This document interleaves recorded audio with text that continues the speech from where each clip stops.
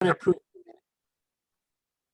you, Bridget. Hello, everybody. Welcome to the June 2021 board meeting for Goose Hollow Neighborhood Association, GHFL. We're going to start this meeting off by approval of minutes, which is everyone's favorite task. We have two sets of minutes to approve: the April 2021 minutes and the May 2021 minutes. I wasn't here for the April meeting, so I'm just gonna pass on those. But did anybody have any comments, changes, or anything like that in relation to the April 2021 minutes? Eric, I didn't know if you had any comments on the draft that we have. No, whatever, the one for April I had already sent to Vadim and it was corrected. Okay. And, the other ones seem to be fine for May. Okay. Does someone want to make, does anybody have any other comments or make a motion for approval of the minutes? Well, I make a motion. Do you want to do each minute separately or both together? No, separately. Yeah. Well, I make a motion that we approve the April 2021 minutes. Okay. We have a second on that? I second it. Okay, thank you, David. So just open up to comments. No comments on it. Does anybody object to approving the minutes? Nope. So it's unanimous for all those on the call. Let's go ahead and accept those minutes. Now for May 2021. Somebody want to motion to approve those minutes? Again, I'll make a motion to approve the May 2021 minutes. Okay. And somebody want to second it? David? I'll second it again. I read those also. So the only comment I had on those minutes I'd already sent to Vadim, and I think the rest of the board received it, and that was in connection with which minutes were being approved at the May meeting, which is we basically just punted. And Vadim, you probably made those changes to the May minutes. Okay, so the May minutes will just reflect that we did not vote on the April minutes and everything else looked fine. Any other comments? Okay. Anybody have any objections to accepting the minutes? Not seeing any objections. It's unanimous that we accept the minutes. Thank you, everybody. Bridget, what about the treasurer's report? Hey team, so I'm trying to get more into the habit of the first Monday before our meetings of kind of sending my recap of the treasurer's report in hopes of saving Vadim some typing so he can copy and paste, but also so we have a record on top of just our videos and our minute notes as well. So checking, we have $1,899.42. And in our savings, we have $5,125.59. $100 check, which I included a screenshot of, to Lark Zabel, posted on the 2nd of June. And that was because of her work for on our postcard. And thanks to Catherine, who isn't on this call. She was the liaison for all of it, and it's appreciated. And then also we got a notice from Umpqua, which I attached and kind of freaked me out, but they're just no longer processing checks from savings accounts. We don't have anything to worry about because all of our checks come from our checking account. And also part of my reports moving forward is I'm going to include the Oregon bottle drop some as well in my account. So this will be, and I can resend this to you, Vadim, but in our Oregon bottle drop fund, we have $229.40. So I'll be including that that update in my treasurer's reports moving forward, just because it's money for the association, and I'm happy to coordinate with Tiffany. So I'll be checking in with her every month about how much we have in that fund. And next month I'll be reimbursing her because that check we got from the Oregon bottle drop fund was actually a reimbursement for her, but it's channeled through us in the association. And then just two other things that kind of run a parallel course with my responsibilities.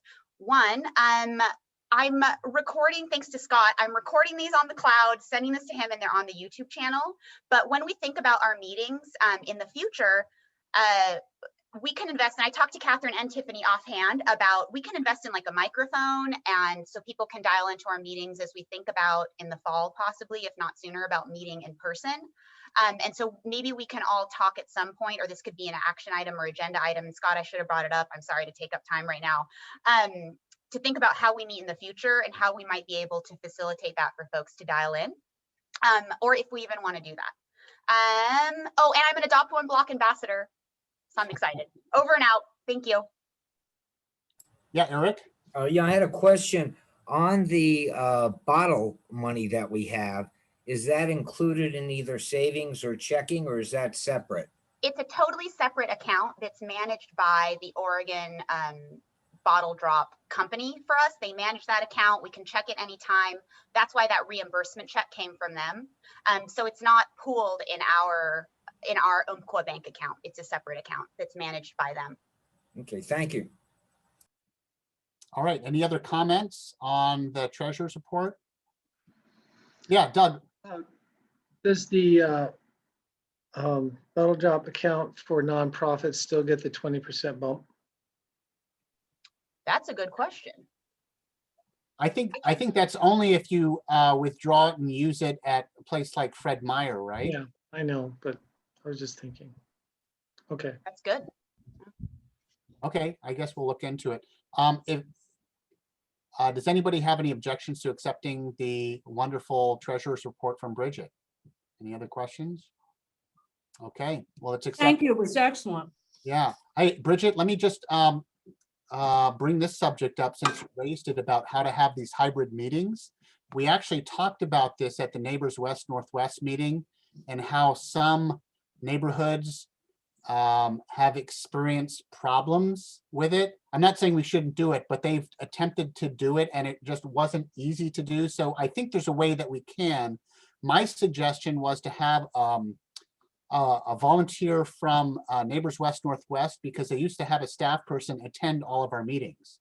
And if that person had a camera set up and a microphone set up, and they would field questions via chat from the people that were online, then that one point person could be the person that would ask the questions and then relay the information to chat. I'm not sure how else to do it. So for instance, if you ran it, then you would probably be constantly looking at your keyboard and be distracted from participating as a board member. So I thought maybe if we had someone from Neighbors West Northwest take that position, then we could have more people participate virtually. So we're thinking about it. You're spot on, Scott. And I'm glad you thought about the interactive part or the engagement, because we don't want people to just watch us and not be able to engage, especially if they're members or board members. So troubleshooting, we'll do this. We'll give it our best shot. Thank you so much. All right. Well, thank you, everybody. Hey, Vadim, I think you're next up. Talk about city charter reform, and you have a guest. So go ahead and introduce. Do I have a guest? Melanie Billings? No, I don't think we have a guest, do we? Do I? Oh, I thought you'd mentioned that you had someone from the city charter. I thought somebody else was going to get invited, but apparently not. So yeah, let me give you an update about the charter reform. We've had a bunch of meetings since January, and finally we're starting to coalesce and kind of dig into the actual meat and bones of the work that we're going to be doing. And we've spoken with all the directors of the various bureaus in Portland, as well as all the elected officials, the mayor, the city commissioners, as well as the city auditor, all of whom have provided various input, whether in, and there's a cat, whether there's in person, they provided inputs on what they see as needing to be changed to make the city more functional, or in writing as to what changes may be needed. The auditor proposed quite a few changes to kind of discuss the independence of that particular branch of our government. The two main things that are standing out are no big surprise. One is our commissioner form of government, where each city commissioner is in charge of a city bureau.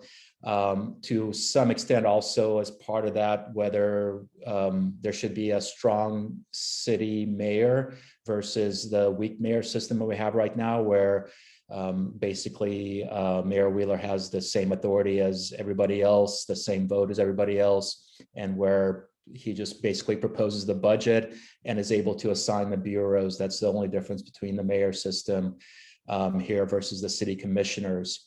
So in that respect, universally except for one, people pointed out that the city commission form of government is not working for Portland. All the city bureau directors, the police chief, and equivocally a little bit the fire chief, but everyone else universally pointed out all the problems that the commission form of government has. To give you some examples, the bureaus do not talk amongst themselves. So the example we were given is if the police bureau needed a ladder, it's much easier for them to buy a ladder than to call the fire bureau and have the fire bureau bring one of their ladders to help out, because they don't have that communication. You have to go run it up the flagpole and then, you know, have somebody else, you know, contact over, and they all have like individual people that liaison with the different bureaus because there's no overarching system of communication or people working together. Another example is near and dear to all of our hearts, graffiti. So apparently there's 4 different graffiti removal organizations within the city housed in 4 different bureaus. None of them know what the other is doing. No coordination amongst all the different graffiti cleanup places that are housed within our city. From the Parks Bureau, we were given the example of like if the park needed a sidewalk built, they had to like reach out to PBOT and then a different bureau to like coordinate that, and it takes forever, and they have a hard time even building a sidewalk in the park, much less, you know, the really heavy lifting that needs to be done in this city.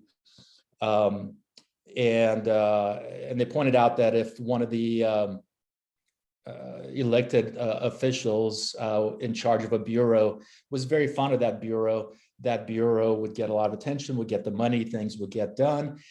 As happens though, the elected officials cannot concentrate on all different bureaus. So the bureaus that do not receive the love, nothing happens, and they languish over there because they just don't get the attention that's needed. So it's a mess, and everybody agrees that it is, except for Commissioner Hardesty. She thinks it's working dandy.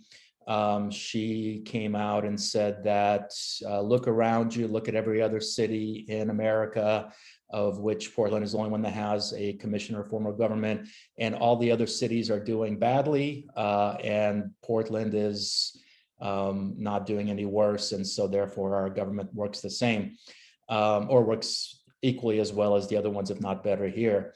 And the fire bureau chief, who is under Commissioner Hardesty, did say that when they needed extra resources, when there were all the fires here, she thought that having a commissioner in charge be able to kind of grease the wheels a little bit was helpful. You know, to which the question is, when the city's burning down, you would think that the fire bureau would get extra attention no matter what. But nonetheless, she did say that having a bureau led by a commissioner gets resources provided a little quicker than otherwise. An interesting person we spoke with is Mike Myers, who has been hired recently as the community safety coordinating director or something like that.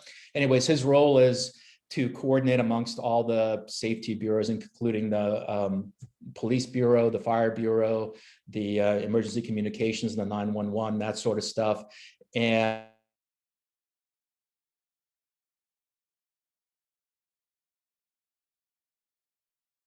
it's kind of the similar staff doing the similar things, a lot of wasted money and opportunities and things like that. So he was hired specifically. Okay, it says my internet connection is unstable. Can you all hear me okay? Okay. And he was told specifically that, well, he has worked in different other jurisdictions. He was the fire chief in Las Vegas, fire chief, I think somewhere in like Minnesota or Michigan, one of those places where they had the city manager form of government. And he said that it just works a lot better, that there's somebody out there coordinating with the different bureaus. There's a plan, there's a vision of where things are going. There's meetings between all the bureau heads to make sure everyone is following that vision. And he just doesn't see it in Portland, and it breaks down, and it's very hard to get things done. It's very hard to coordinate between the different bureaus. So everyone's pushing for a city manager form of government except for Commissioner Hardesty. And so the way that people were appointed to this charter commission is every city commissioner and mayor appointed 4 individuals to the charter commission. I was appointed by Mayor Wheeler, I believe, but it was a consensus model where everybody agreed to the participants. Nonetheless, it's pretty easy to tell right now who was appointed by Commissioner Hardesty, because there are people that are raising a lot of questions about who else we should talk to get more information about the about city manager form of government and things like that. And it seems to kind of line up with those appointments.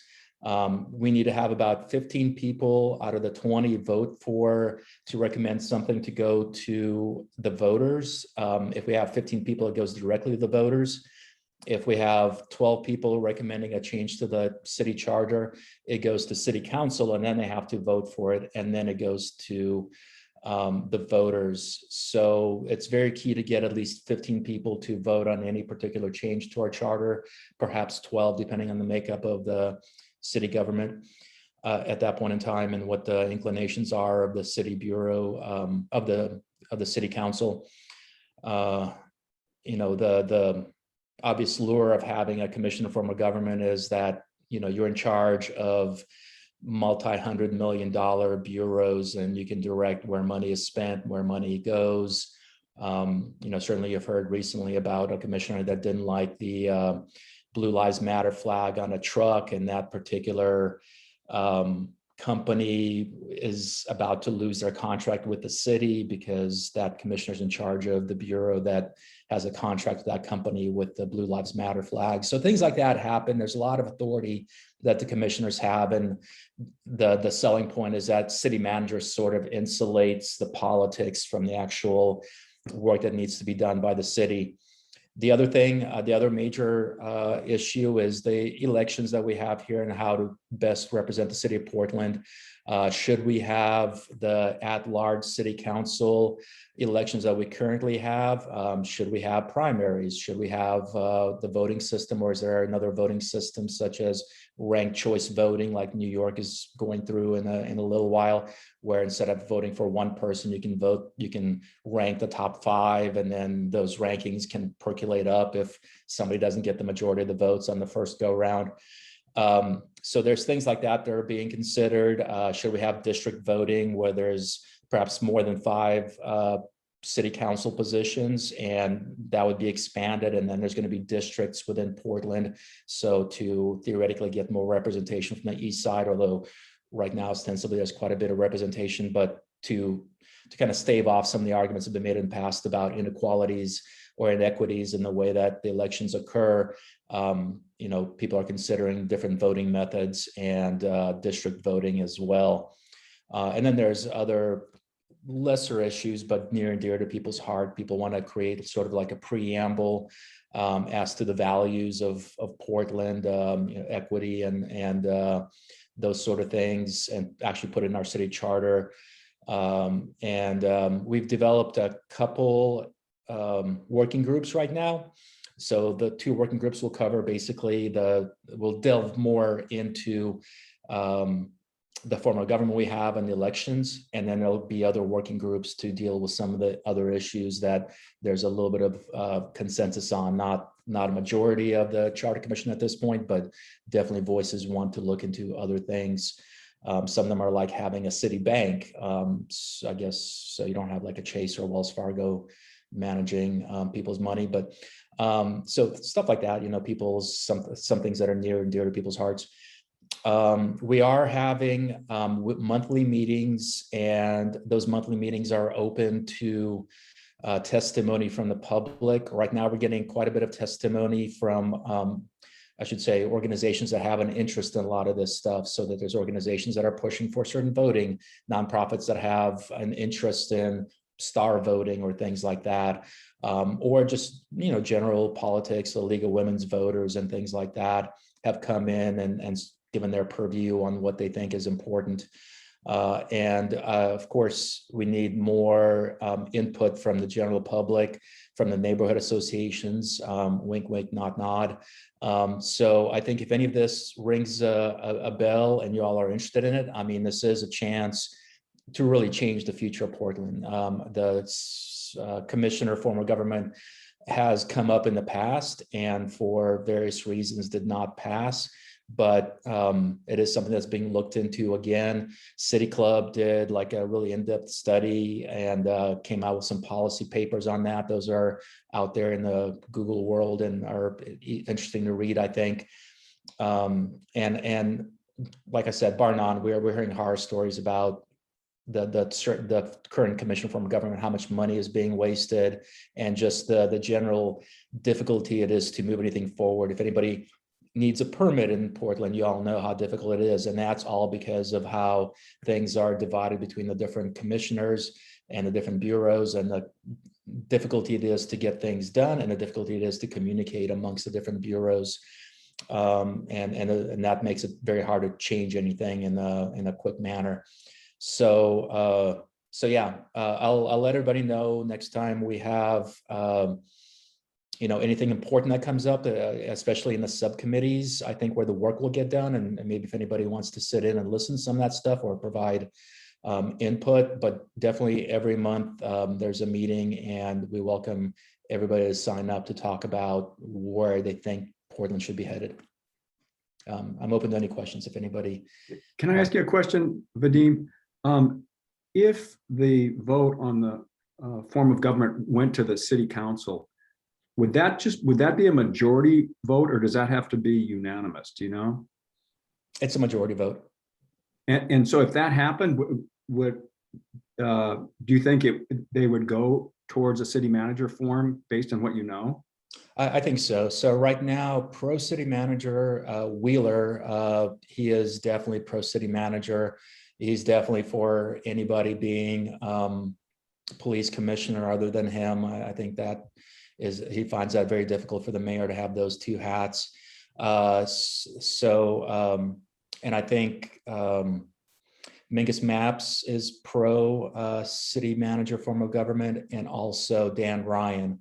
Rubio, she's very hard to read. I think she's for it, but she's just, the other ones are like, here's where I stand, no question about it. With Rubio, it was a little harder to kind of gauge where things might go, but I do think there's 3 votes.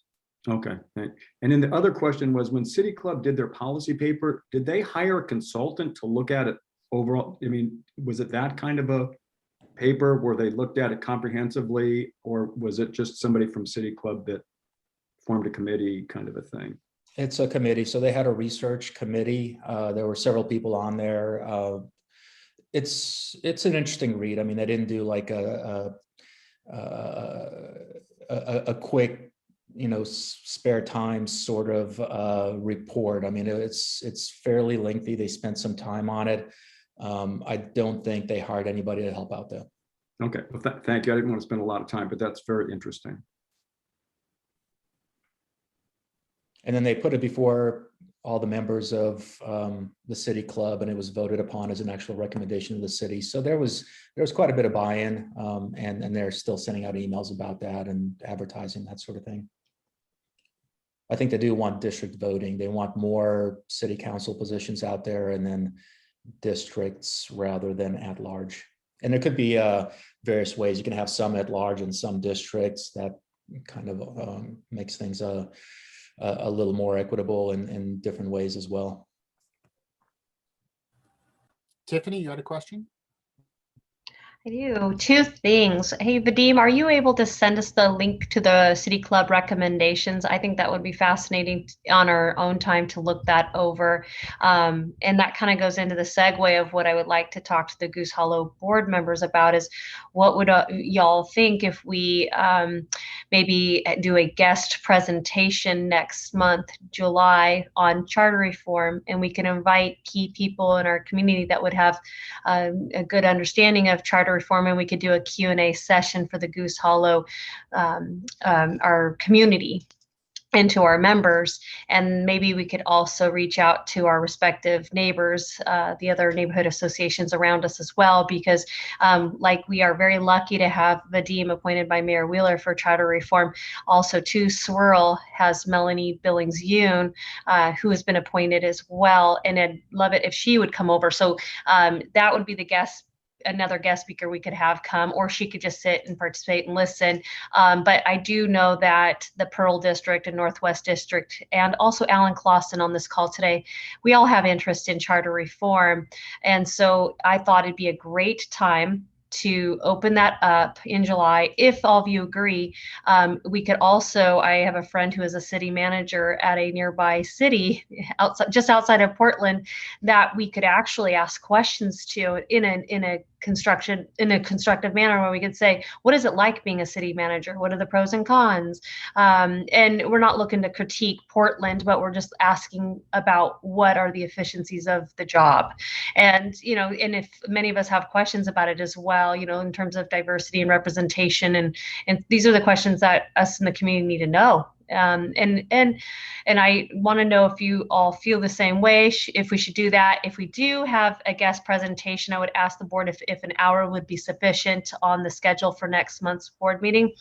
And if so, should we advertise for this just so we could get a great attendance to come out and watch this? And yeah, and let me know what your thoughts are.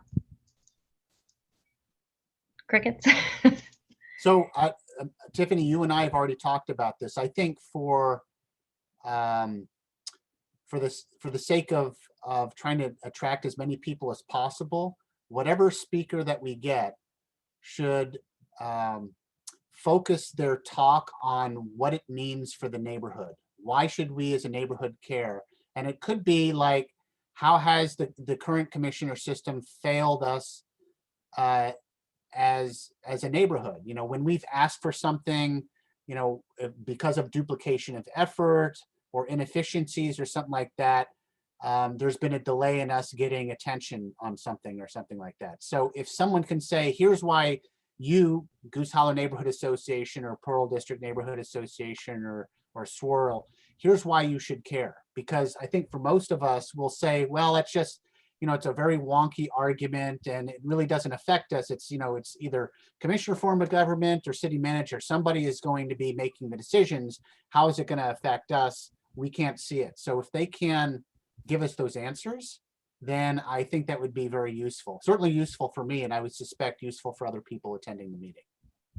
Most definitely. And Vadim, here's a question. Oh, sorry. Vadim, a question for you too is, I always like to know measurable wise, like if our presentation is worthy to our community members, could we even maybe ask for not a survey, but maybe a comment for anybody that listens to that presentation to see how they felt, if they learned more about charter reform or if they felt it was a good idea, and get those results back to you? Could you report back to the City Charter Commission what communities are saying, or do they give an opportunity for communities to give input?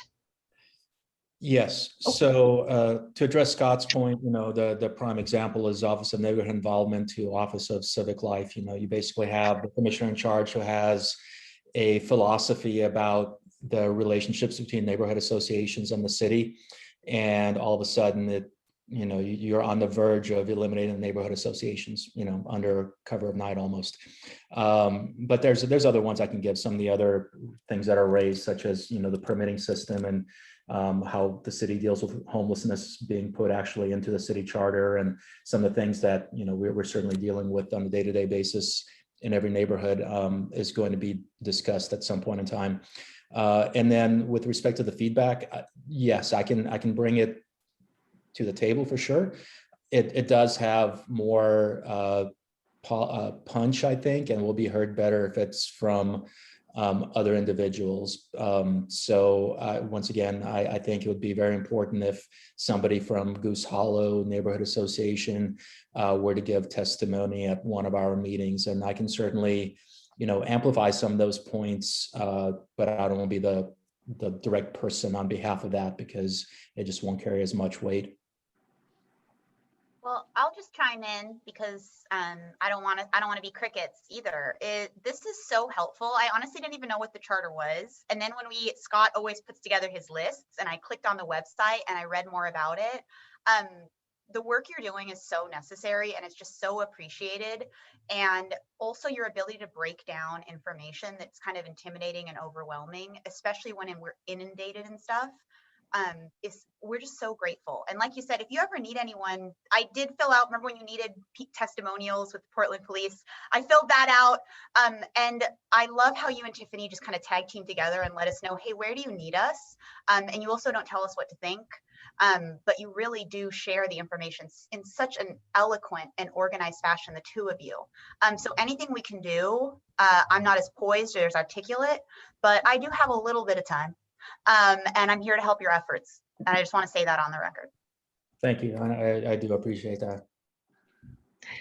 Hey, thank you too. Really quick, actually, I'm looking on the charter reform website. It looks like June 28th, 2021 starts the public testimony registration. Does that ring a bell, Vadim? It looks like there's a link here and it's asking for, yeah, it looks like you're supposed to apply for some kind of, to apply to give public testimony, and registration will close on June 27th at 5 p.m. But oh gosh, we're just barely learning this stuff. So I hope there's another window of public testimony. I don't know. That's our monthly meeting. And what is public testimony? Is that just like people talking like you see on the news sometimes, or is that? Everybody gets 3 minutes, I think, 2 or 3 minutes, and you can just present on whatever topic you think would be of importance to the people working on the city charter. I'd like one area where one size fits all, of course, doesn't work in Portland, and it may be because of the commissioner system, is zoning and land use. And if we could get somebody to deal with those issues or get a wedge in there and make them think differently than, because they all have their long-term plans and we don't know how that all goes together in the city. So sometimes, so zoning is an issue that would be a big interest to Goose Hollow because we're not like all the other neighborhood associations or areas around the city. And we do have two commissioners that are interested in zoning, so that will be some part of the discussion. Our next meeting on the 28th, everyone is going to present on their areas of interest. So as I said, the two main ones that are already kind of just by default almost are going to be discussed in depth are going to be the commissioner form of government, as well as the different kinds of election systems that we can have.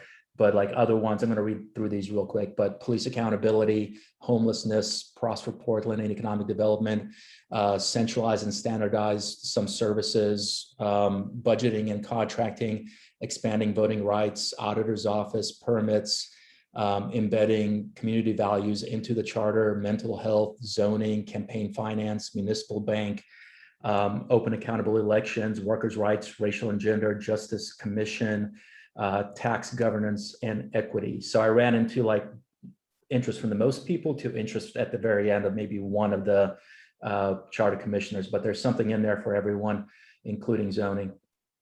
I think Eric has a question and then we'll move on to the next topic. Well, it's really not a question. It's more historical background. This was originally known as the Galveston model. That was the first city that put it into practice. And here we are now over 100, 120 years later. And I believe either Portland is the only city that uses this method or maybe Columbus, Ohio. So that's just something to keep in mind, that I think this has been a model that has come and lives past its usefulness. I got an end closing statement on charter reform. When Mike Myers, the newly appointed city, or I'm sorry, public safety manager for all the different bureaus, he said that one of the biggest hurdles is the 911, and also when you call the 911, they send everybody, the police, the fire trucks, everything, and that's a misuse of city funds for a 911 call. And I thought that makes sense. Have you ever noticed that when someone calls and next you know everybody shows up all at the same time? That's because they're uncoordinated. And I thought, and he said that was one of his things that he wanted to tackle, is making a streamline 911. So if you called it, that actual service would come to you instead of everybody. And I thought, okay, this guy's onto something here. So that makes sense to me. So thank you. I know, yeah. Our bureau to send an ambulance, that instead they'll contract with private ambulance providers. So if anybody here wants to make a boatload of money, start a private ambulance service right now, because about a year from now, they're going to be called for every one of these emergencies that we have. Yeah, there was a big fight about ambulances 10, 20 years ago because the police want to be part of the emergency response system. But yes, when they have, I know shootings are serious, but do they need 20 police cars to show up all at once and put, that's what happens if you see the videos on television. Not that I'm criticizing the police officers, but they all just take off and go. Coordination is needed. All right. Okay. I don't want to cut it short. It sounds like we're going to be talking about this, Tiffany, next month, likely. And so there's going to be more information shared about it, and we'll have more chances to make comments and ask our questions. If I can just move to the next item on the agenda, Tiffany, if you could just talk about the 5 neighborhood meetings that you've had, and we'll try to keep it to 15 minutes just to give people a chance to ask questions and not run too far over. Thanks. Definitely. I'll try to keep it well under that. Tiffany Hammer here, and I went and asked, with everything that's going on in our respective area downtown, I asked I called it the 5 neighborhoods of downtown. That's Goose Hollow, Pearl District, Northwest District, Old Town, Chinatown, and Downtown Neighborhood Association. And I said, wow, we all are kind of dealing with the same issues and we're quite siloed.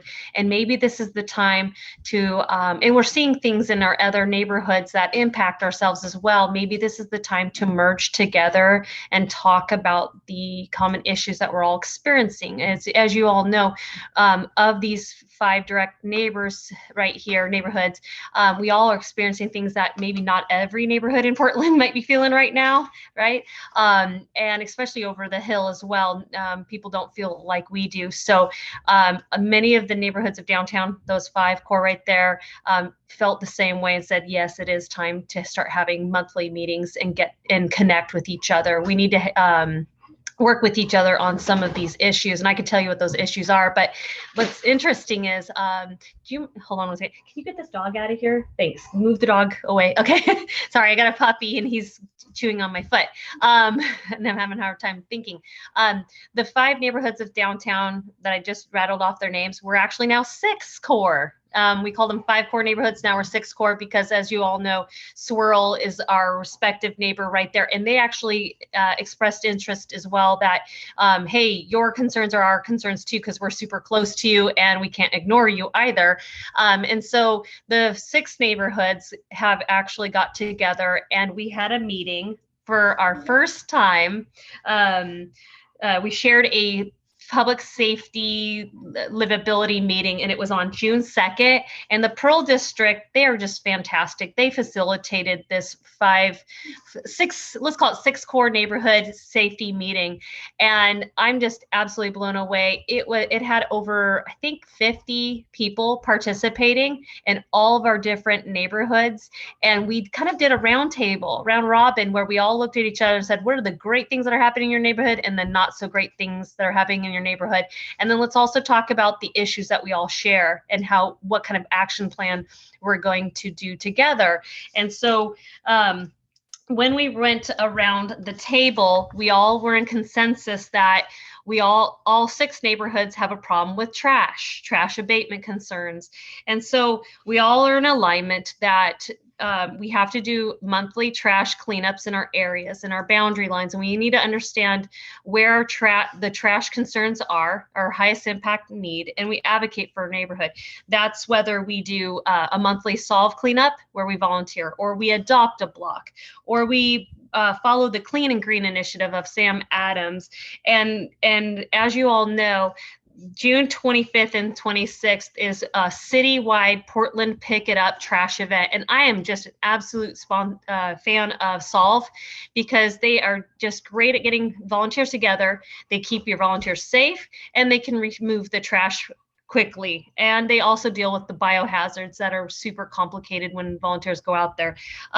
June 25th and 26th covers the span of downtown Portland. There's so many different locations for us to sign up for.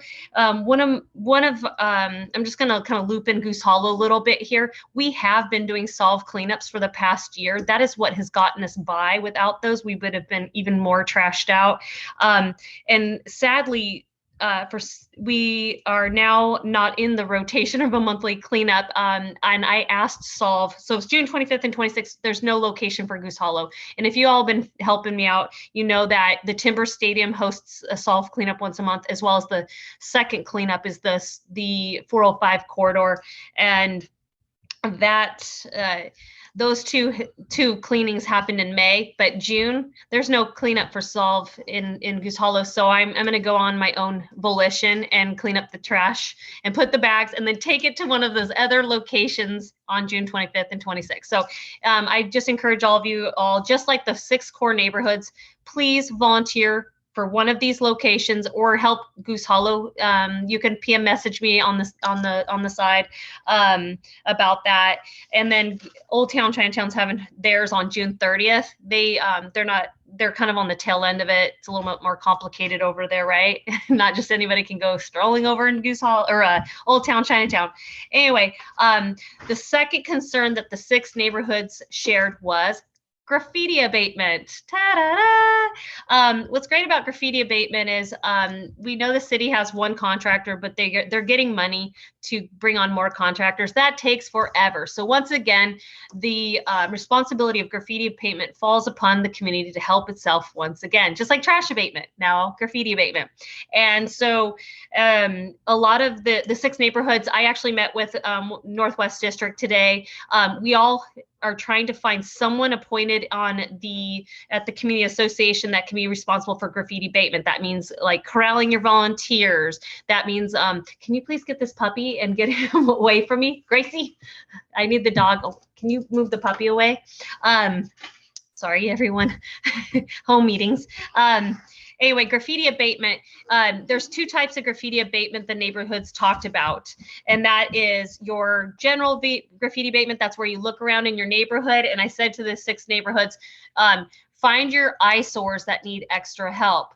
Also, create a response team. So if, say, like direct action marchers come through your neighborhood and just put graffiti everywhere, hate graffiti, and it needs to be removed pretty quickly within the first 24 hours, there's a graffiti response team. And I have to commend Downtown Neighborhood Association in Pearl District. They are just fantastic. As you know, direct action marchers come through their areas more often than ours. But that doesn't mean Goose Hollow graffiti team can't go over and help them as well. So they actually send out, if there's a direct action march and there's some damage and destruction and graffiti, they within hours will look at the assessment and then reach out to our 6 neighborhoods and say, who can help us clean up the graffiti immediately? So we can go on. And I love that response with the neighborhoods now, the 6 neighborhoods. It's fantastic. And in regards to just general graffiti with the neighborhoods, I've been working with ODOT and I got permitted application processed where we can do graffiti abatement, routine graffiti abatement from Goose Hollow up to Northwest District along the 405 corridor, because graffiti kind of follows freeways. I'm going to be honest with you, freeways and also direct action marches.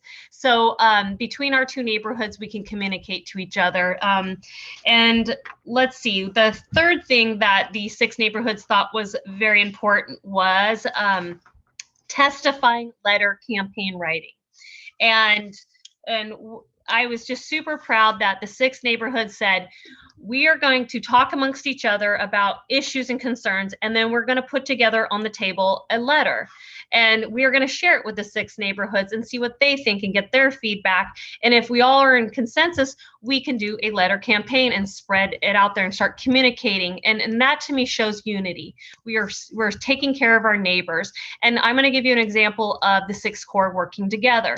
The Downtown Neighborhood Association put out a letter, which I thought was just fantastic. And I shared this letter with all of you if you've had a chance to read it. But in a nutshell, the Downtown Neighborhood Association said, hey, City Council, we appreciate everything you're doing for us. However, we have a mental health crisis. And by the way, the 6 neighborhoods downtown, we all of us together, we all agree there's a mental health crisis down here. We see it every day. We see it every hour. Maybe not every neighborhood down here gets it as much, but in Goose Hollow, we see it often, right? And you're probably going to see a mental health crisis up front in the Downtown Neighborhood Association and Old Town Community Association. You're going to see mental health crises that are extreme levels right now. And so Downtown Neighborhood Association said, yeah, we can't wait any longer. It's been a very long time. We need the Portland Street Response Team to be moved over to downtown, because we feel that you're going to get more value out of your piloted program in an area that actually has mental health crises often. If you looked at the letter, it makes sense. And I recognize that the Portland Street Response is under a pilot phase, but we also have to look at our needs too and go, well, we have a mental health crisis that needs to be addressed. So if we don't get the Portland Street Response, then what do we get? Because I don't think we could go another year. This will be we'll be going on year 2 without some kind of extra resources. When the police was defunded, certain facets of mental health response was removed from that, sadly. So we do need Portland's response like yesterday. So anyway, that letter is an example of neighborhoods putting together a letter that makes sense and sharing it with their respective neighbors. And another letter that I just thought was fantastic was the Portland Business Alliance put out a letter, and I really resonated with me. And I said, we need to follow this letter, all 6 neighborhoods. That's, the letter covered the fact that we don't have enough shelter bed capacity in Portland. And as all you know, this kind of goes hand in hand with, if you saw on the Oregon Live in this last month, I think Governor Brown said Oregon will allow homeless individuals to sleep on all public land in all communities. That means until there's adequate shelter capacity space. And I'm not going to go into specifics on that article because I'm sure all of you've read that. But the deal is this: we need to know we need a definite increase in shelter bed capacity, and that letter explains to you exact numbers of what we need to get to, if not more. And then the number one question after that is shelter transparency. We need to know how many beds are available at a given time. For example, the Greyhound facility over in Old Town, it's at 60% capacity. Does the public know that? No. Should the public know that? Yes. Because if you see all these our unhoused neighbors out there struggling, and the number one question is, well, people keep saying, well, there's no shelter beds. Well, is there or is not? Oh, such confusion. And then it's harder to get people help if there's confusion. So that letter from the Portland Business Alliance covers shelter transparency, and they give specific examples of other cities that show shelter transparency. And I'm also going to kind of segue into this is something I shared with the 6 neighborhoods. As y'all know, the county just solidified its budget, and some good things came out of neighborhoods making noise. And I have to say the 6 neighborhoods did a fantastic job of saying, hey, we see that county budget. And oh, thank you, Scott. Yeah, we can't wait for affordable housing of the future, right? We need something now. So $20 million was allocated for 6 outdoor shelter spaces for people who are, for people to safely go until we get those affordable housing of the future. And I thought, there we go. And then the 6 neighborhoods know that. And you know what they said? They've been talking amongst each other and said, now those 6 outdoor shelter spaces, look at our 6 neighborhoods right now. We're doing a lot already for downtown Portland. We already have a sanctioned camp. We've got a shelter, the one and only shelter that's the workhorse of all of Portland. We've got other nonprofit agencies and alternative shelters there. We have to look at the other neighborhoods, the other 90-ish neighborhoods of Portland, and say, where could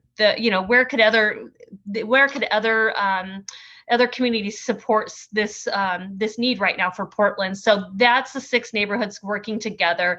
And I'm going to move down a little bit further about what other things. Oh, yep.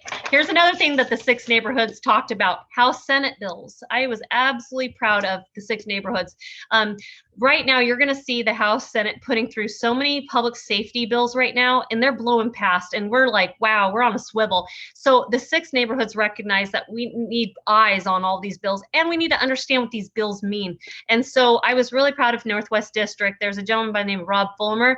He's really good with House Senate bills, and so he has a relationship with Lisa Reynolds, our representative. And so I'd say, of the 6 neighborhoods, we're now talking about those things, those public safety concerns that are happening that impact our six communities at the state level. And so if you have any questions about that, reach out offline. And then lastly, the 6 neighborhoods said, guess what? We have a problem with fire danger in all of our communities. And so, yeah, sorry, someone's chatting something to me. And we all just agreed that, hey, wait a second, when we're at the round table with each other, are we all having propane tank explosions every week? You too? Okay, we have a problem here. So we all think that it's probably important to have a representative from the Fire Bureau be accountable and figure out how do we educate our public, because we're going into warm months now, and we're seeing fires every week in our urban areas. And this is a real, and I have to bring this up, Goose Hollow made the news today, another fire explosion with a portable toilet blowing up, and that's the 3rd time that toilet's blown up in Goose Hollow. And Goose Hollow's toilet made the news. Woo! Right in my neighborhood. I have to say, I don't know what it is about Goose Hollow, but we have a fire problem. And then when we were talking to the other 5 neighborhoods, and they said we have a fire problem too, and I was like, should we compete about this? Who has the worst problems with fires? I don't know. So, but I think between the 6 neighborhoods, we will come together with some kind of understanding of what's really going on, and hold our county officials, accountable to this situation. So in a nutshell, the 6 neighborhoods will be coming back together for private meetings after PSAC on July 13th. We have a private session with the 6 neighborhoods now, and also the the safety livability meeting that's joined up with the Pearl District. Please join us. That's Wednesday, July 7th. And I'm absolutely proud of the 6 neighborhoods. You know what our next guest speakers are for all of us to come together? Mingus Maps, Commissioner Maps, and then Dan Ryan. That's Mingus Maps is for July. And July, and then August will be Commissioner Dan Ryan. So this is showing the neighborhoods are now in alignment. So I'd have to say, let's all of us come together with some of our questions for those commissioners. So when we meet with them, we're united. So there you go. There's your 6 core neighborhood update. Thank you, Tiffany. Does anybody have any comments? Because there's going to be a kind of a dovetail discussion about these possible letters that she was talking about. So we will continue this discussion. Anybody have any immediate questions? Doug? My immediate question is, it's great to have the 6 meet like that, but there's a potential for declaring agreement that may not exist, or emphasis that may not exist. I really don't appreciate reading stuff in the Willamette Week where someone writes a garbled article saying that all the neighborhood associations are amicable, and making up stuff about what's happening in other cities and so on. So that you, Tiffany, or other people have to get control of it and keep people from getting that railroad going and going somewhere where people really don't agree with. Most people, as you know, the goal is to get people stop them from camping. And making it better, making it worse, but that is the goal, not social working.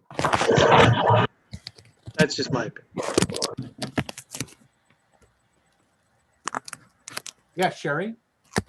Thank you. So first of all, I just wanted to thank you, Tiffany, for an excellent presentation. I found it very informative. One of the things about the Business Alliance I thought was interesting was that 80% are small business people.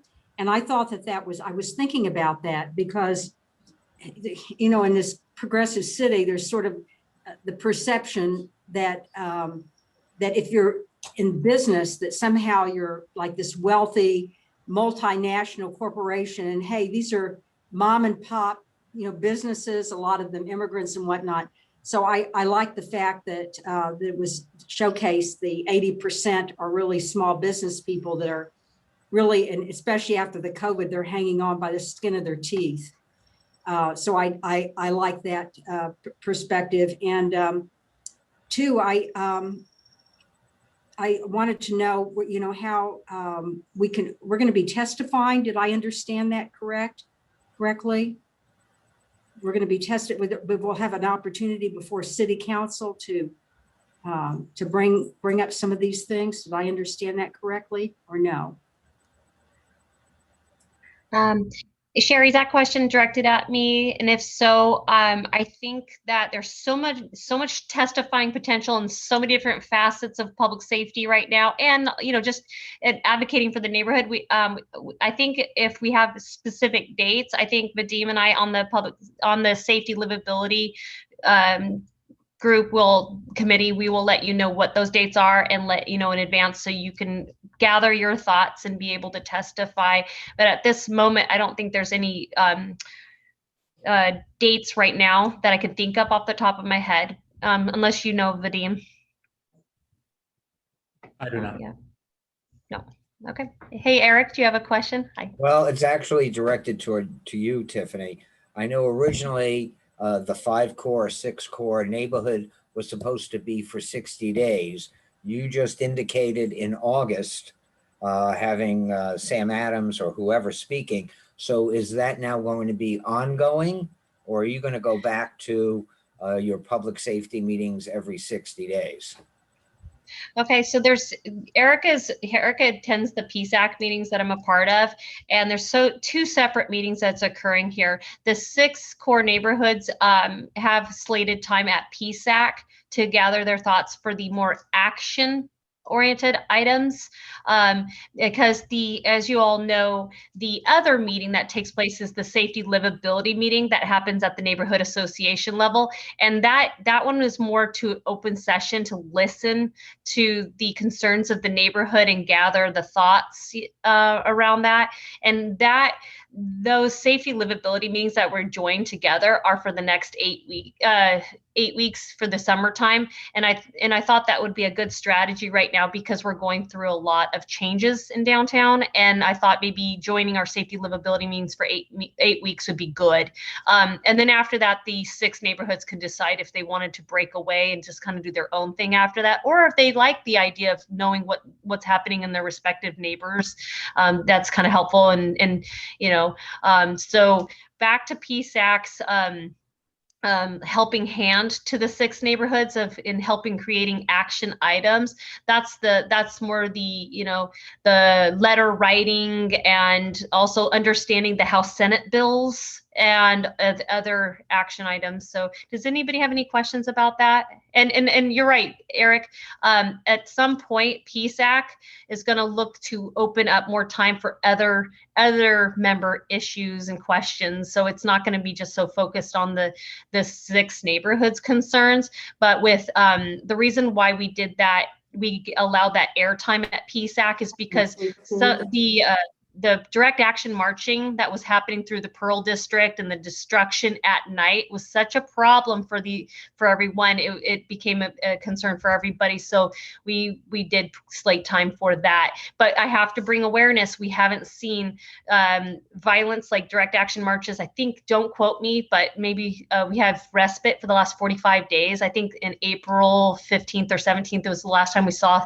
this. And sadly, now that you bring it up, it looks like we have flyers circulating around for tomorrow, a direct action march that's promising some very, very scary violence. And on top of that, this kind of goes into the public safety piece. But as you all know, our Portland Police Bureau lost their rapid response team has resigned their position from dealing with any kind of violence with direct action marches. So I'm kind of worried about that as well. What timing is that? But yes, Eric.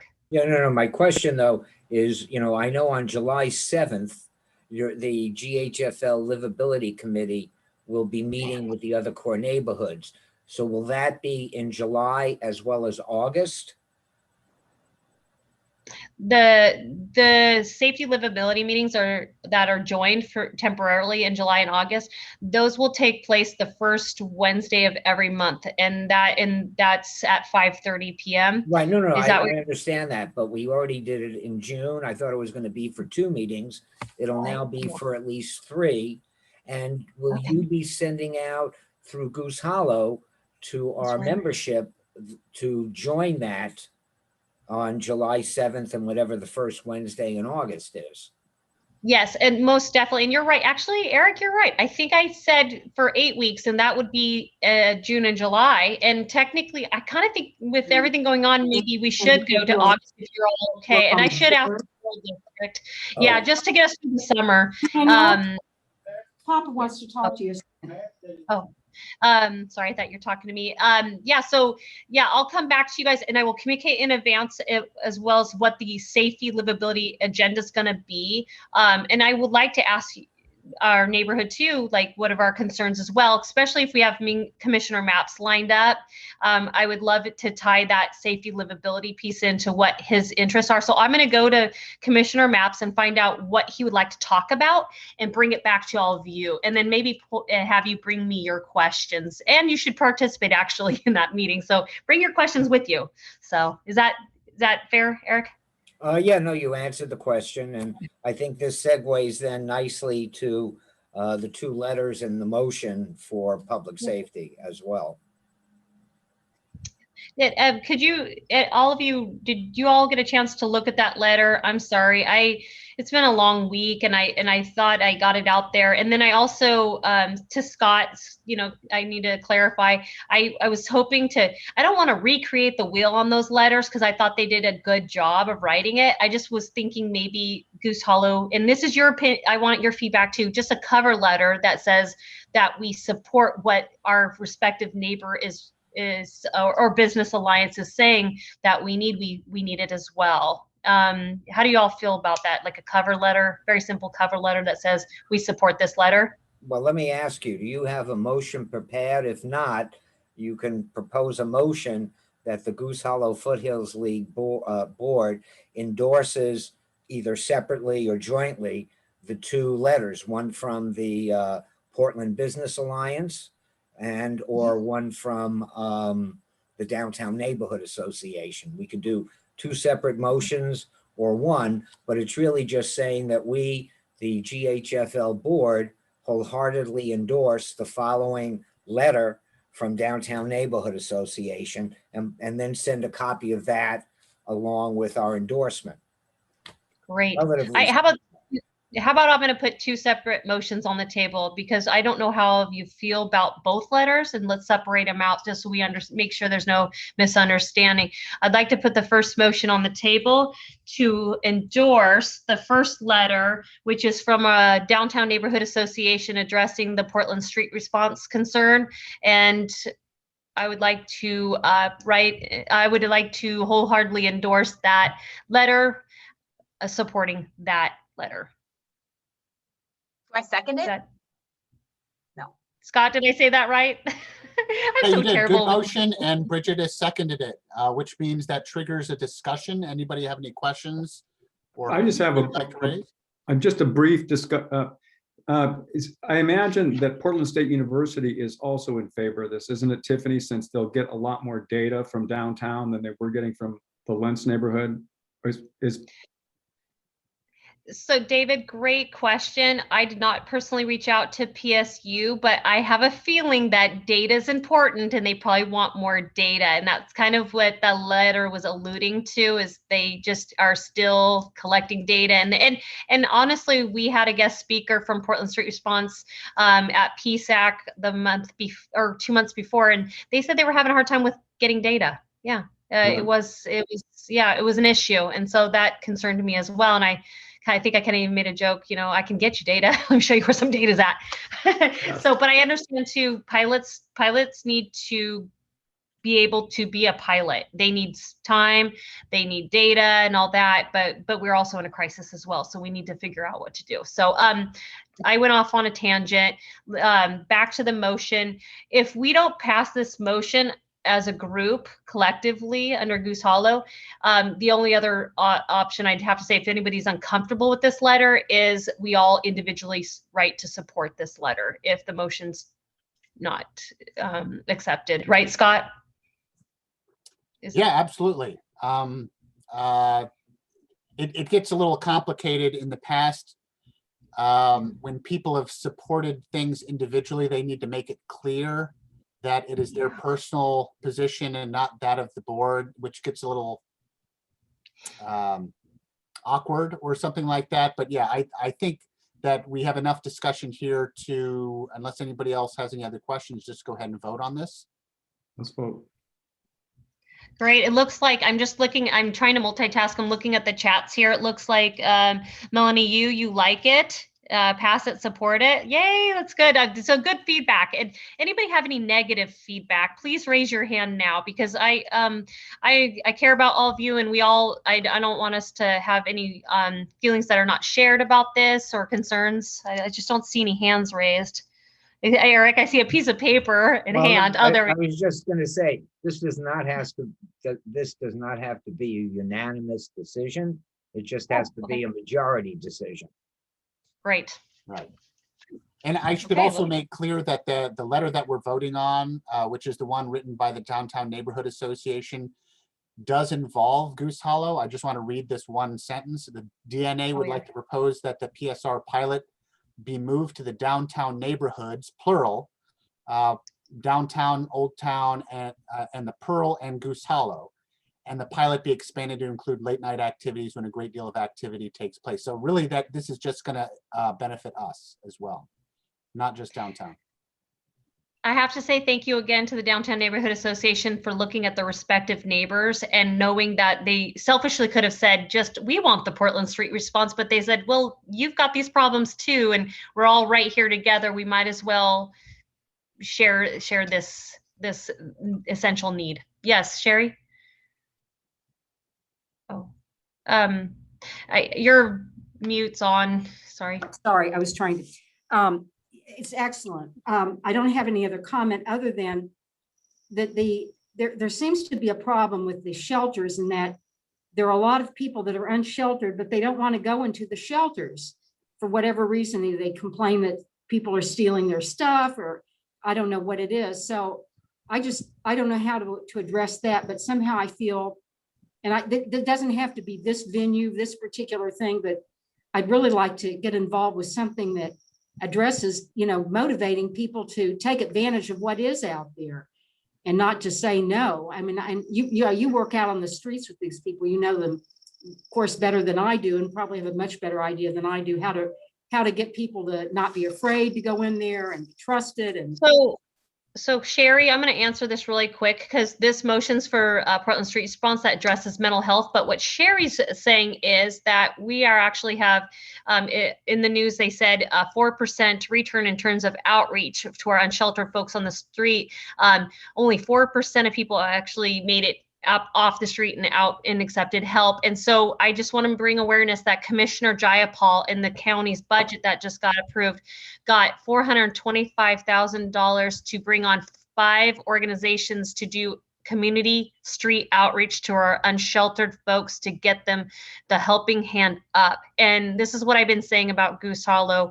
And I don't want to get off on a tangent, but we have 116 people in Goose Hollow on the streets right there. Those people need outreach, and they just honestly don't get the outreach. And I realized that over the past year that outreach services, having a few navigation teams in the city wasn't sufficing. So let's talk about that, because that could be another letter rewrite about, and that could be, hi, Commissioner Jayapal, thank you for doing this. Your 5 teams that you've asked for that 425, we would like to allocate solely to downtown Portland, or maybe Old Town Chinatown, and have that, or maybe Goose Hollow, like let's rotate once a month or every week, taking turns in the 6 core neighborhoods, getting this one outreach team just dedicated to downtown, right? Because we have a lot of Tiffany, before we get too far on that tangent, can we just go ahead and vote on this particular letter? Yes. Because it almost sounds like you're proposing a third letter. So I am proposing one. Let's just do that next month. Yes, let's. I'd like to put this motion through. Thank you, Doug. Is that a second and even a third and a fourth on Sherry? Yep. Okay. So it looks like consensus. I have to go to the second window here because I can't see everybody's face. Oh, there's Eric and Doug, and I can't. And David. Yeah. My question is, we're voting on endorsing the downtown 6 shelters. Is that what we're voting on? Is this the Multnomah County? Which letter is this? I'll go ahead and say the motion really quick again. I'm putting a motion on the table to endorse the Downtown Neighborhood Association's letter on asking for Portland Street Response to be relocated from Lentz over to into downtown and in the respective neighborhoods that Scott Schaefer referenced, because we have a mental health crisis here now. And that's the letter, and you were sent the letter. And if that's not clear, let me know about that. But that's the Because I just looked at the 3 letters and I was trying to figure out what was going on. So it's the the Downtown Neighborhood Association letter. So did we get consensus? Scott, I can't see everybody's faces. Well, we just need to know who's voted for it, who has voted against it, and who has abstained. So 4. So Who's voting for it? is that everybody? I can't tell if Jerry. I think he's not Jerry's not on the It's only Jerry's board not on the members. board. Oh, sorry about that. And it looks like he's not even paying attention. And Okay. Tiffany, if you want to come up with a third proposal or a new proposal next month, please make sure that we get it, 5 to 7 days before a meeting. So if we have any questions, we can address it before a meeting. Melissa agreed. Yes, I agree. Look at I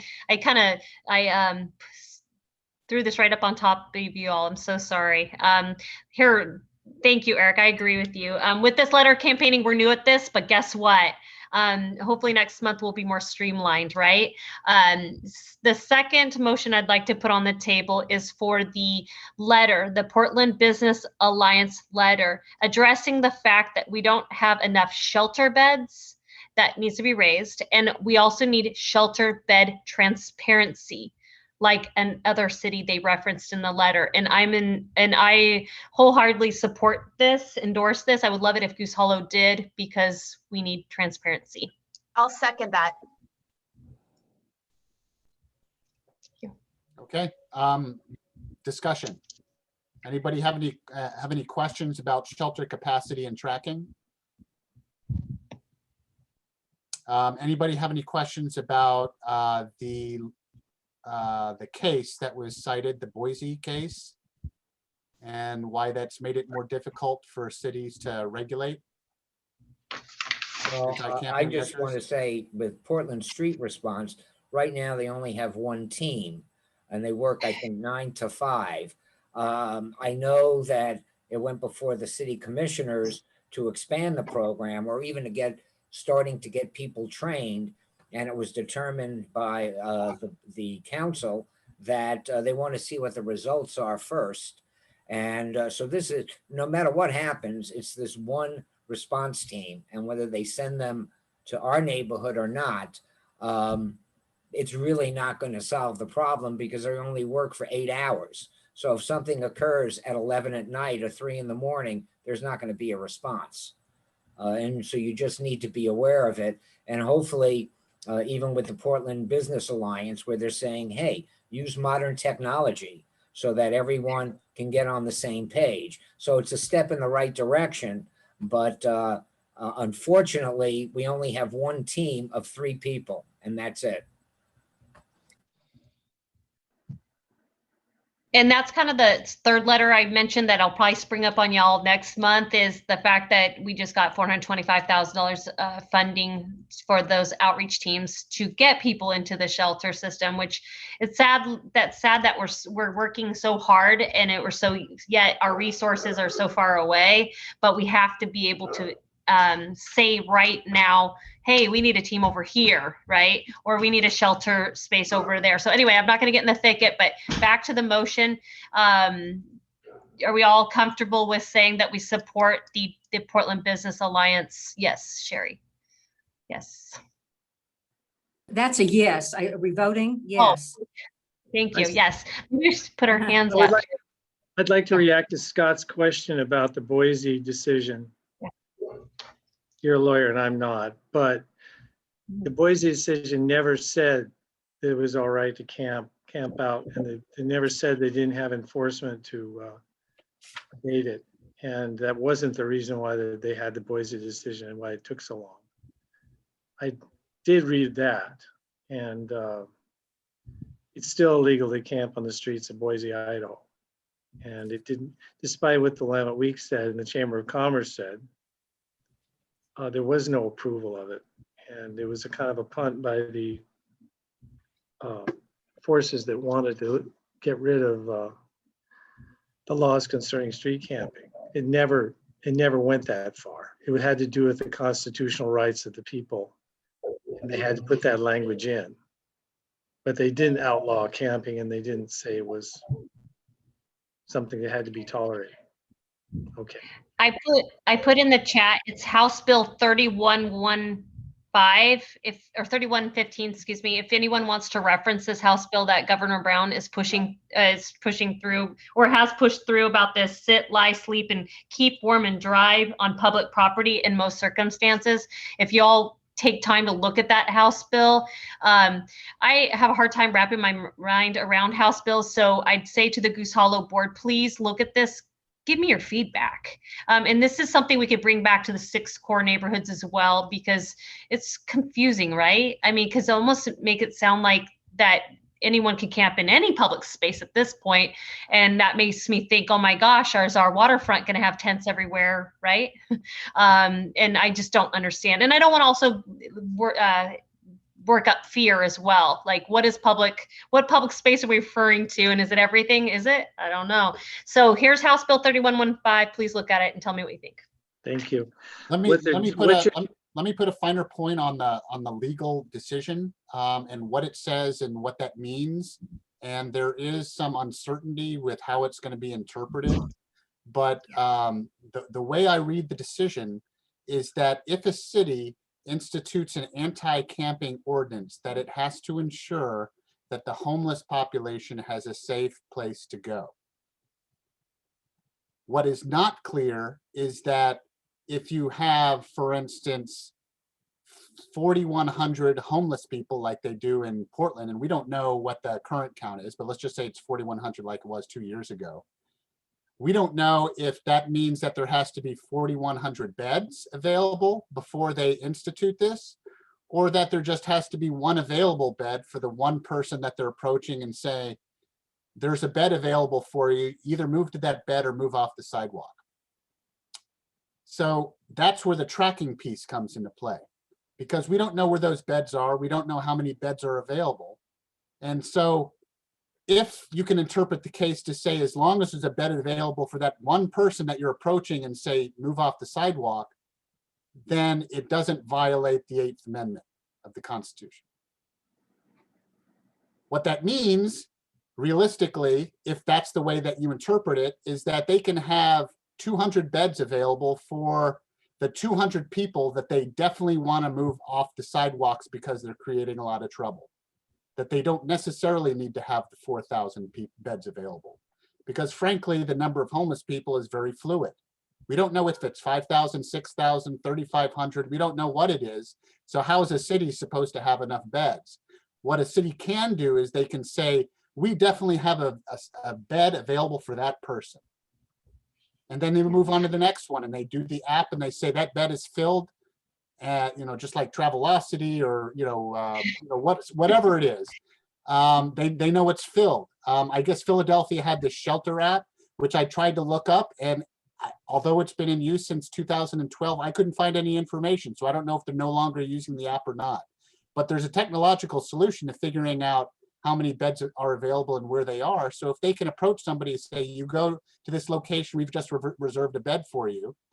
And that's the person that's been lighting propane tanks on fire.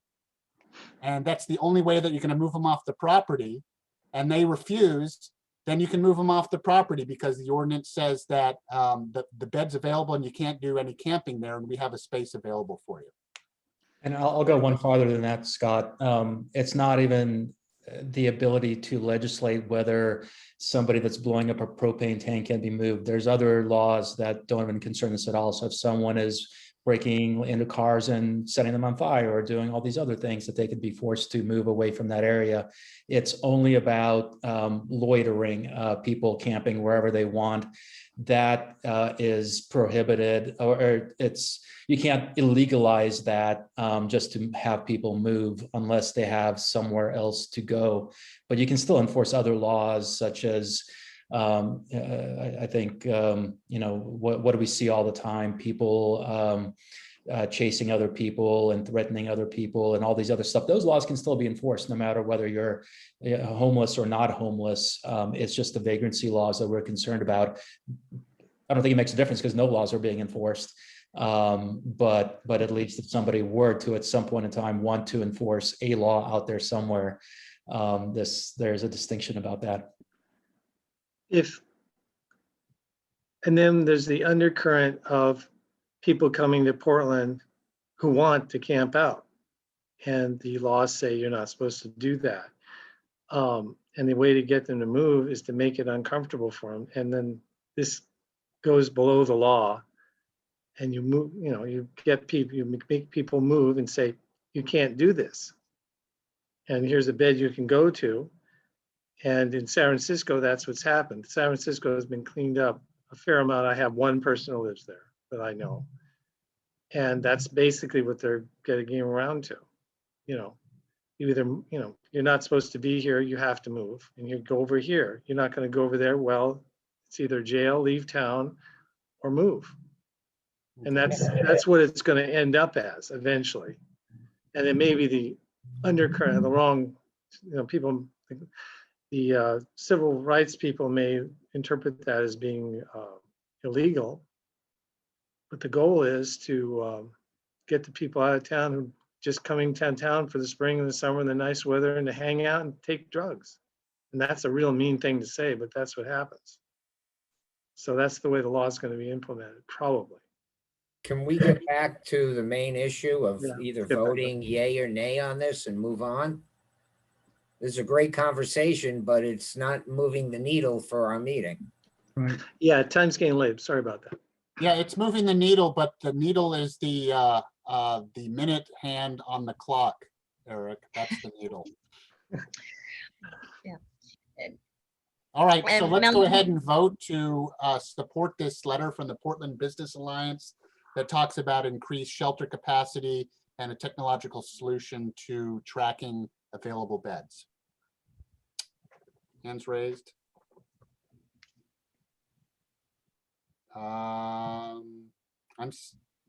Okay. Sean, is that a raised hand, a raised virtual hand, or is that a question hand? Okay. I think that's everybody.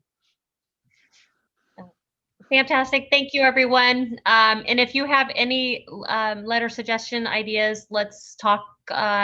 Board member email exchanges that are fantastic. And Melanie, I agree with you on that too. Not everybody fits the shelter capacity or shelter bed model, but I'm proud of Portland. I think in the next few years, we're going to see different versions of what works for everybody in our community. So yes, I agree with that. So. And oh, yep. She's talking about what San Francisco's doing. Yep, Portland's, a couple steps behind San Francisco for sure. I think that concludes my public safety concerns public safety committee report. And I can definitely happily pass the baton on to the next person in line. It looks like, yeah. Yeah, so, If I'm- so let's go ahead and go with Sherry and Bridget to just talk about the question of Goose Hollow Days. Sure. So we are the exploratory committee for the possibility of doing Goose Hollow Days. And I am happy to report that, excuse me, Melody from the church is totally on board to help us. And we do have a blueprint in place online on what's been done in the past. Previous volunteers have chimed in via email. The issue is, of course, an accelerated timeline. And we're going to have chairs to kind of meet with Melody. And again, she's on board. I'll definitely want to be involved just from a treasurer's perspective. I don't want there to be any questions about finances. And I'm sure we can get together some other volunteers. But yeah, basically the gang's back together, but we have a tight timeline.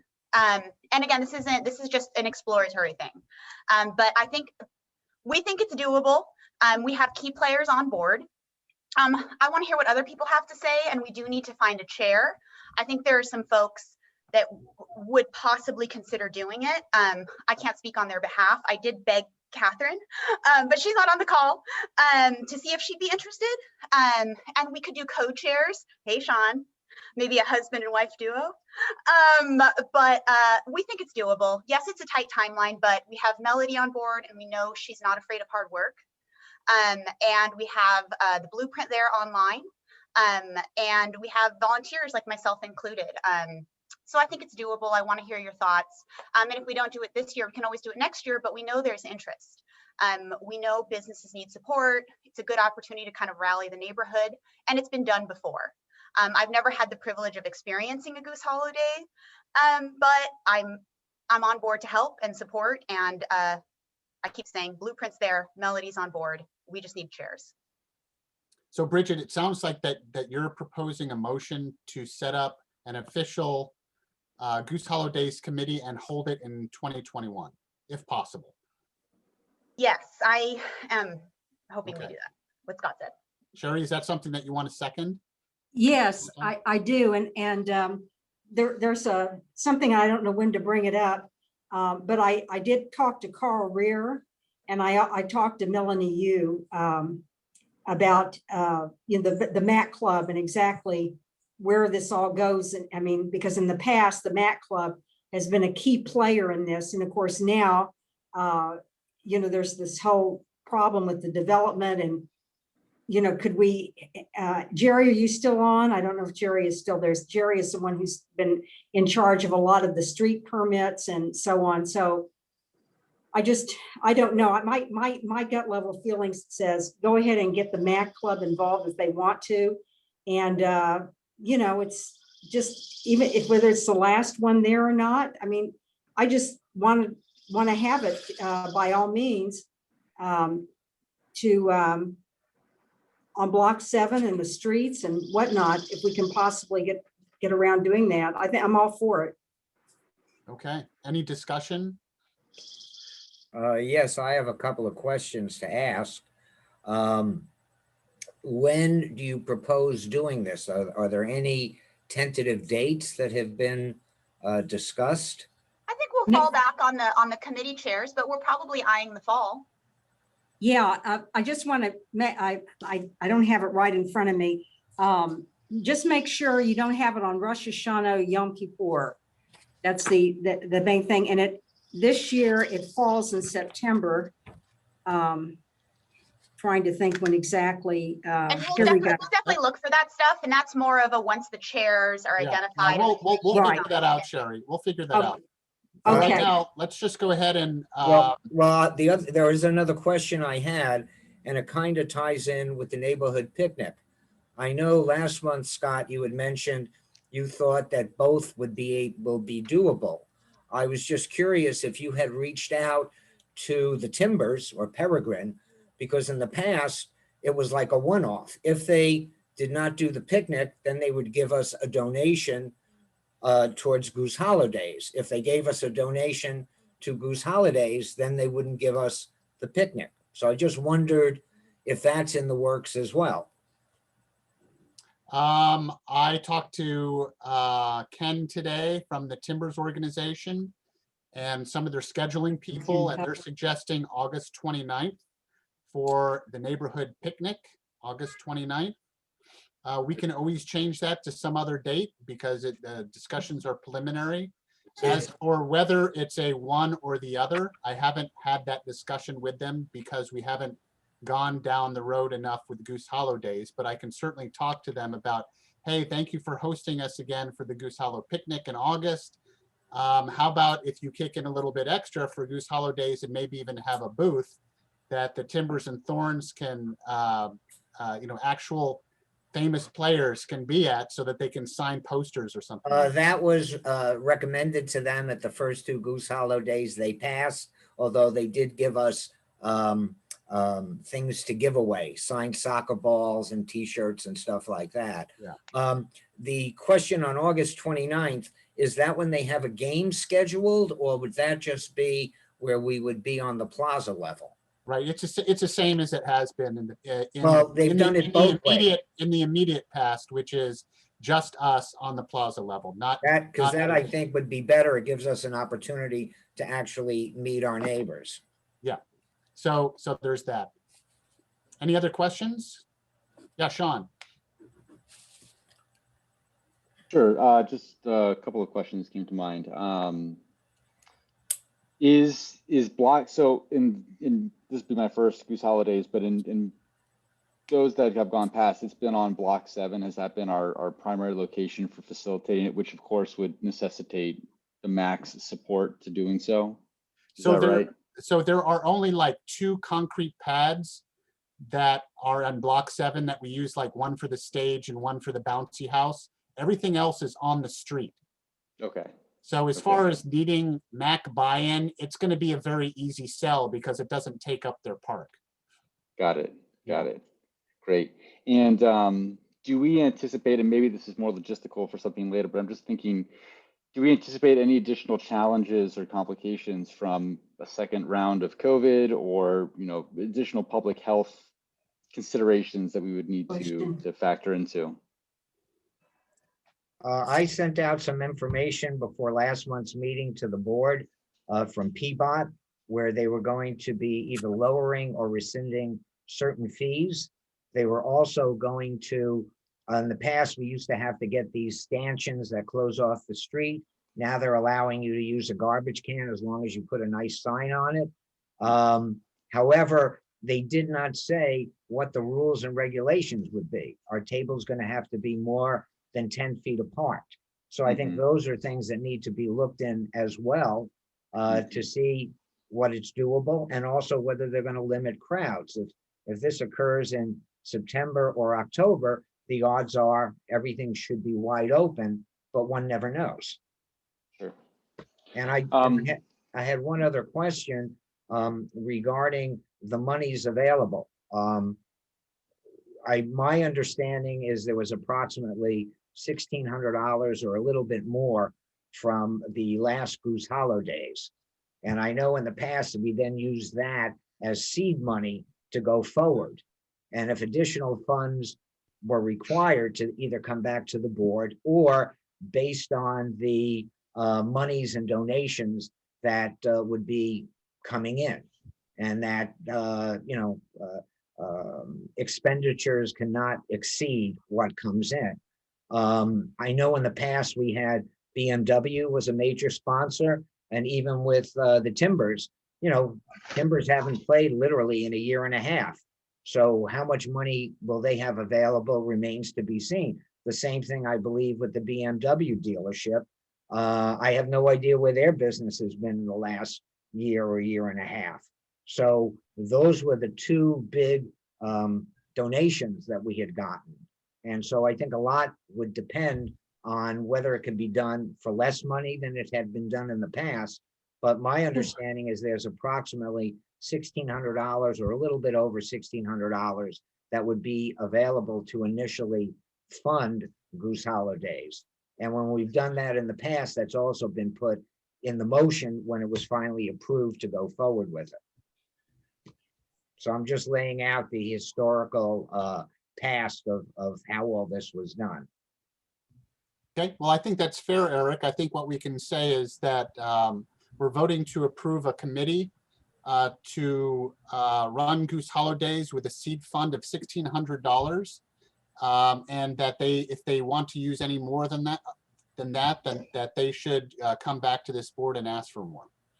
Right, but again, primarily, we would expect or hope that the donations that we had gotten in the past would still be there. And hopefully that will be more than enough to fund it. And if it's done similarly to what was done in the last Goose Hollow Days, the price of entry, so to speak, for a vendor was they had to bring their own table and they had to provide some kind of raffle item. Right, right. So I think, getting into that level of detail might be a little too overwhelming. Right now, we should just leave it up to the committee to decide on that, so long as we limit maybe our risk in terms of the amount of money that we're willing to seed it with.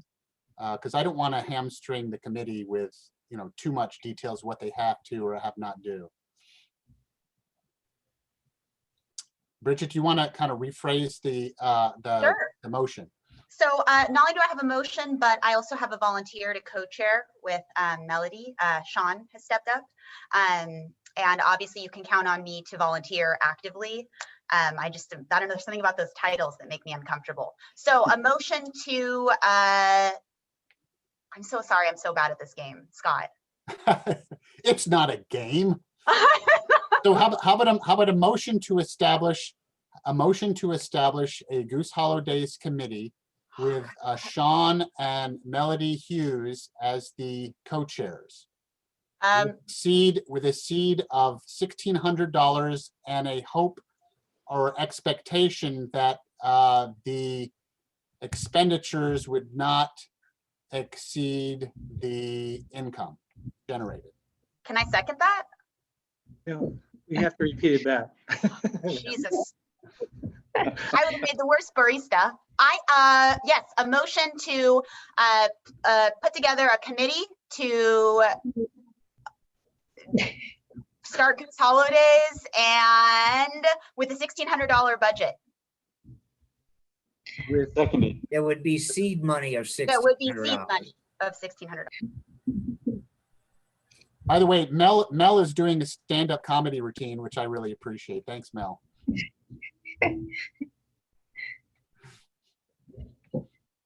Okay, anybody want to second that motion? I second it. Okay, any other discussion on it? Yes, really quick, Tiffany Hammer here. You all know me. Why do I say that? I met with Tanya March. She's from Northwest District, and it sounds like has been instrumental with many of the Goose Hollow Days. She loans the tents and all the stuff.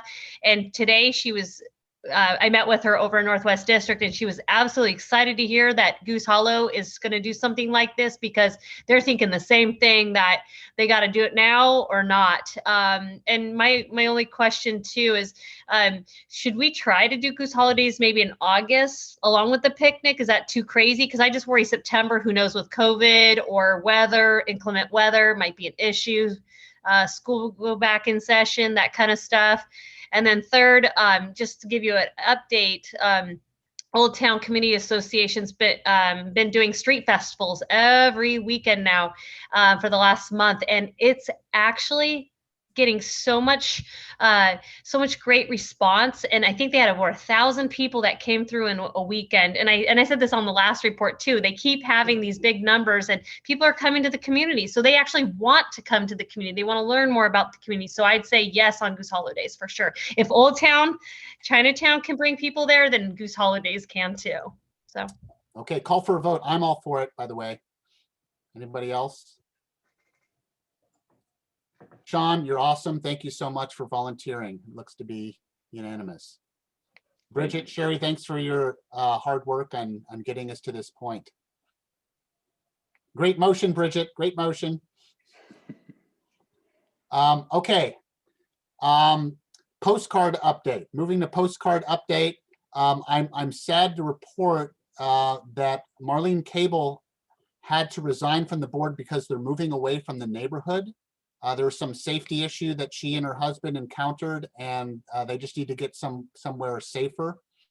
And so she hasn't completed the postcard, so I'm going to kind of step in her spot and work with Catherine to get things. I've spoken with Catherine today, and we're on the same page of getting it over the finish line. So we need to make sure that the expenditures occur by the end of the month. So there's nothing more to report other than we're working on it, and we'll make sure that we get it done by the time that we need to. So. Hey, Scott, could I ask a question? Since the postcard thing, there's a little hiccup in that.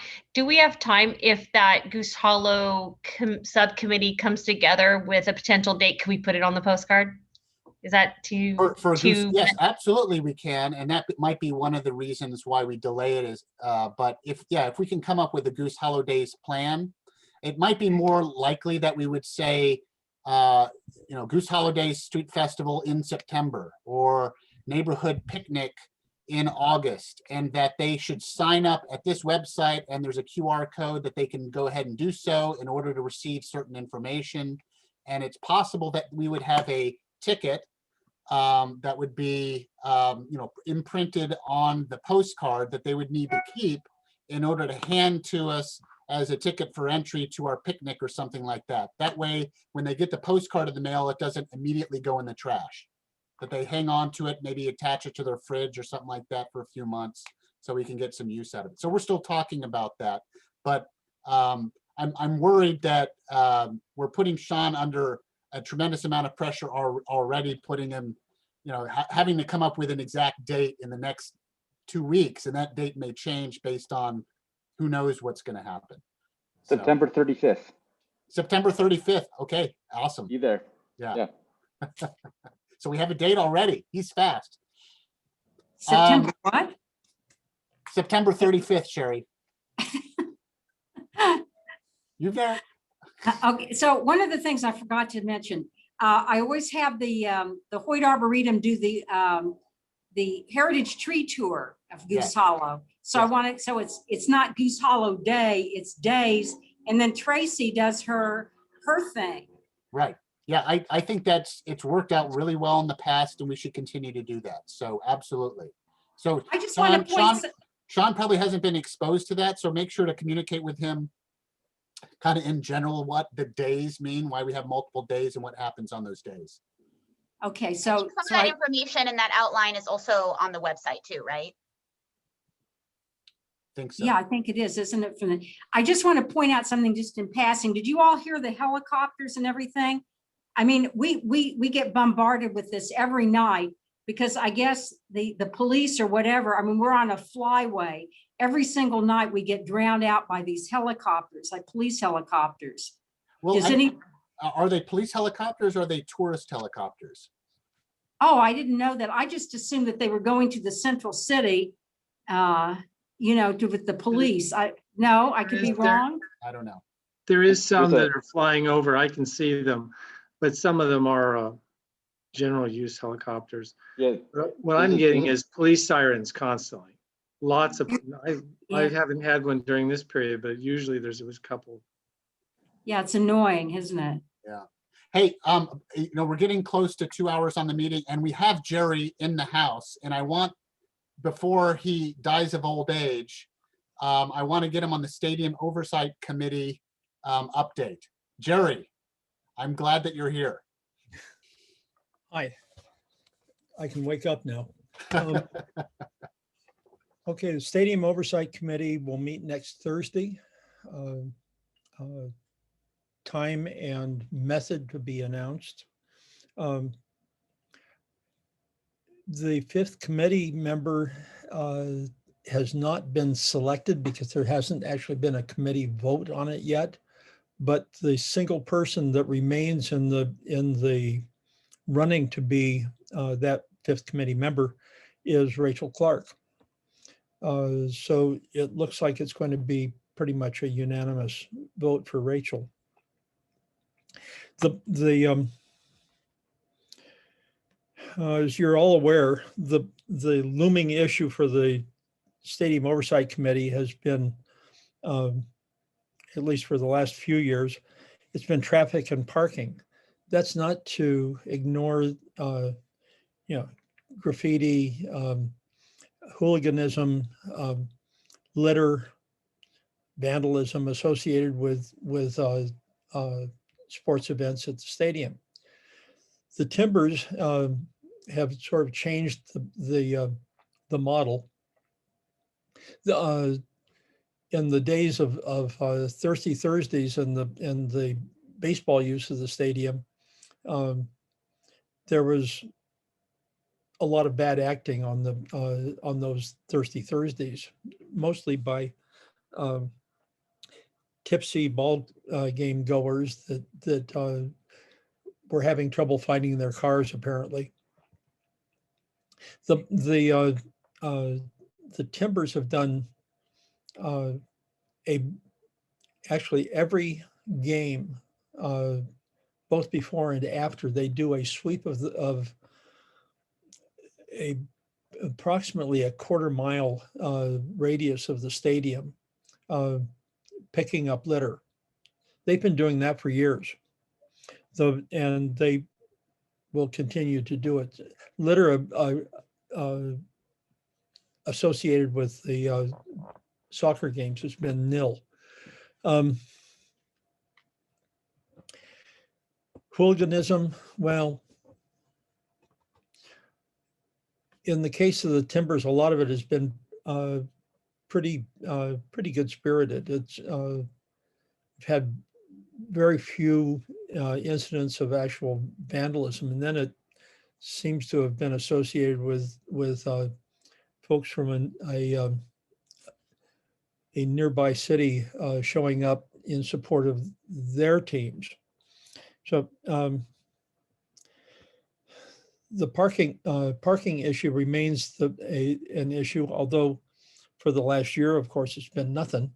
But we expect it to come back as probably in spades, because people that had become accustomed to using the city center parking downtown, and the city-owned lots in particular, may have forgotten about that.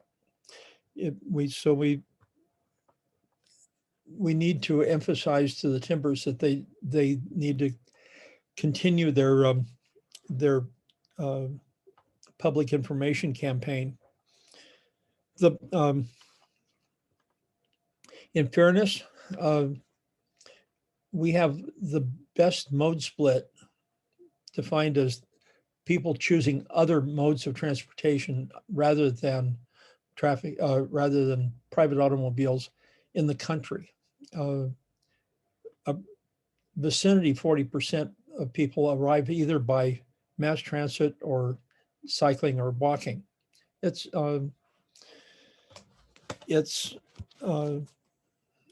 something we want to encourage, and the stadium committee has been very active in that. I am going to try to get an update of the parking consultant's last report to distribute to the Foothills League. I may or may not be successful in that, and if I'm not, I'll simply send you all the last one that I've got.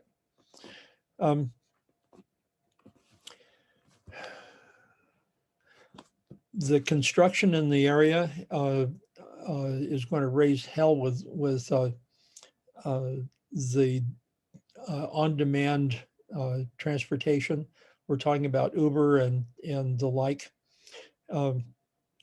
The likely places that they could actually land and pick up people. Dropping people off is not such an issue. It's picking them up that gets to be a real pain in the ass. So the likely places for them to do that are all occupied by construction right now. I don't know how we're going to deal with that, but we'll see as the stadium starts to fill up. it could become something that will be a noticeable issue. That's it.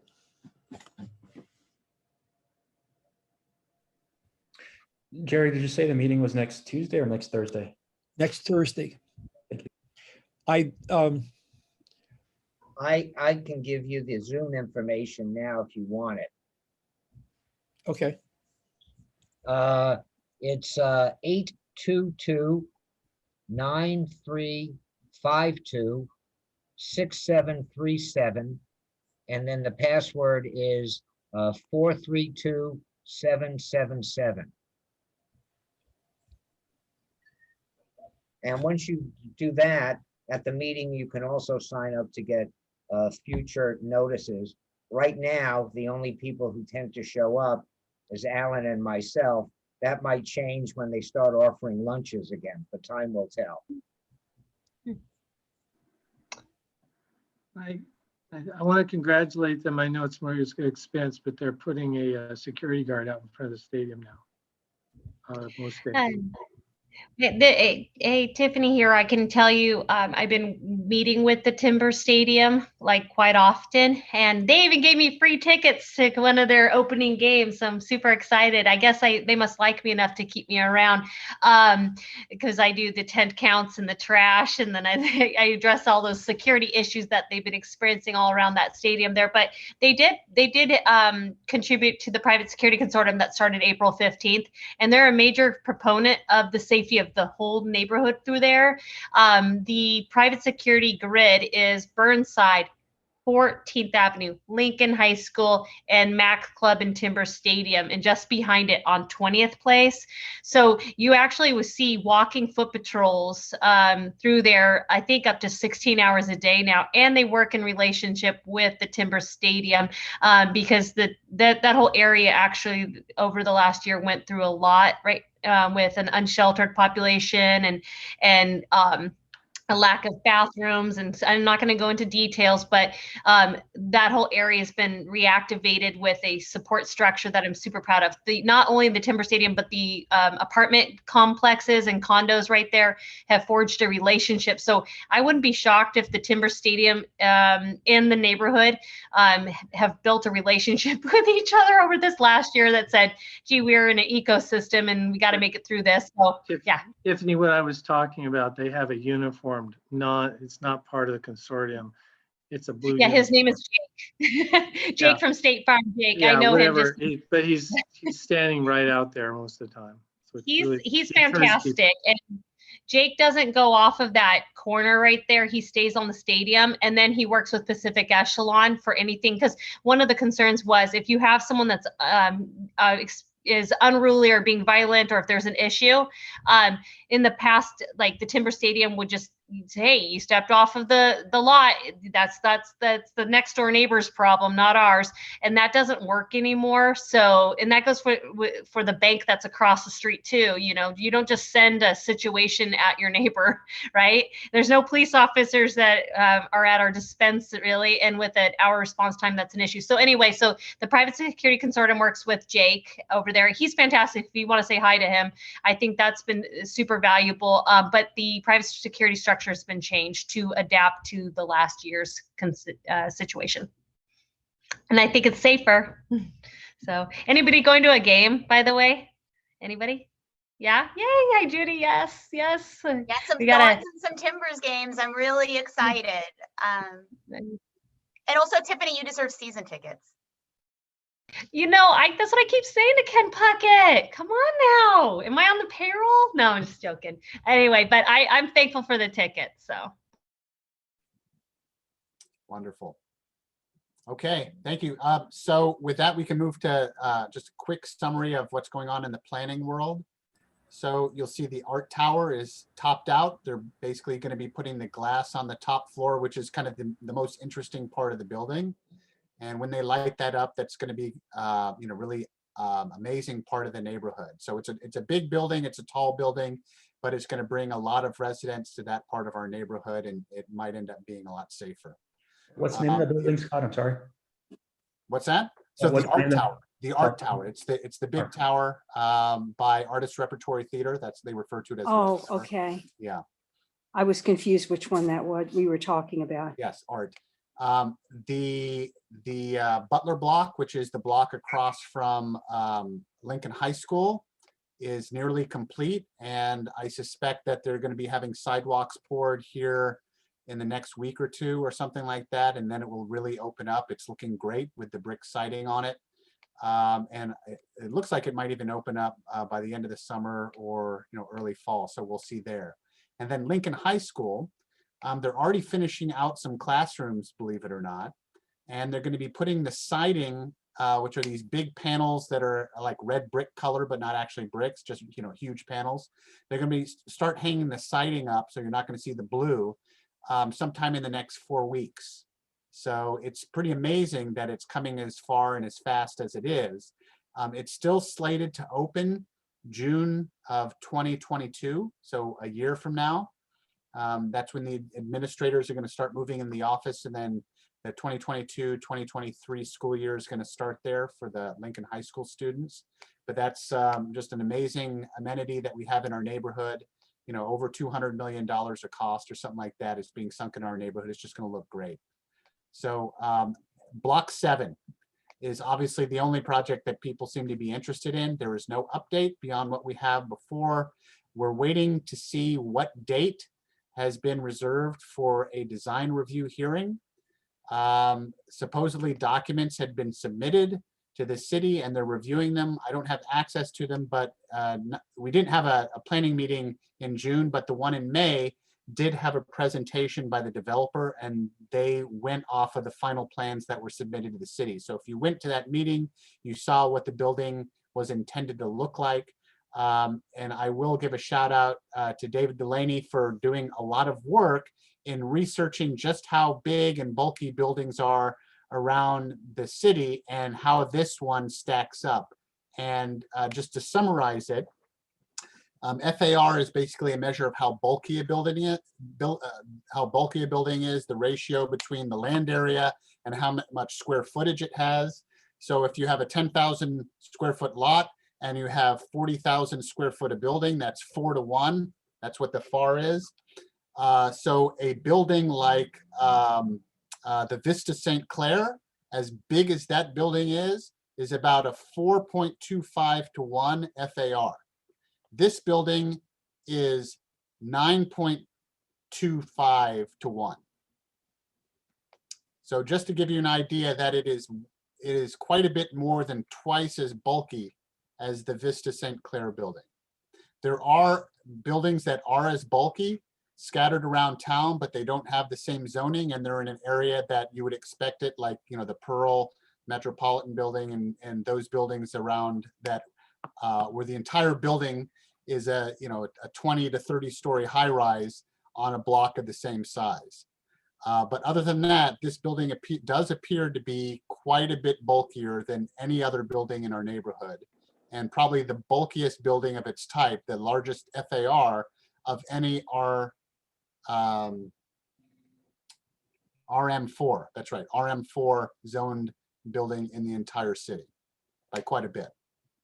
Jerry, I don't know if you have anything else to add, other than we're just going to keep abreast and alert everybody as soon as we know when the design review meeting is. And I know there's some groups that are working together to try to come up with arguments of why the building might not fit in our neighborhood. And we'll continue to keep on top of that. Any questions? Do you have any questions, Daniel?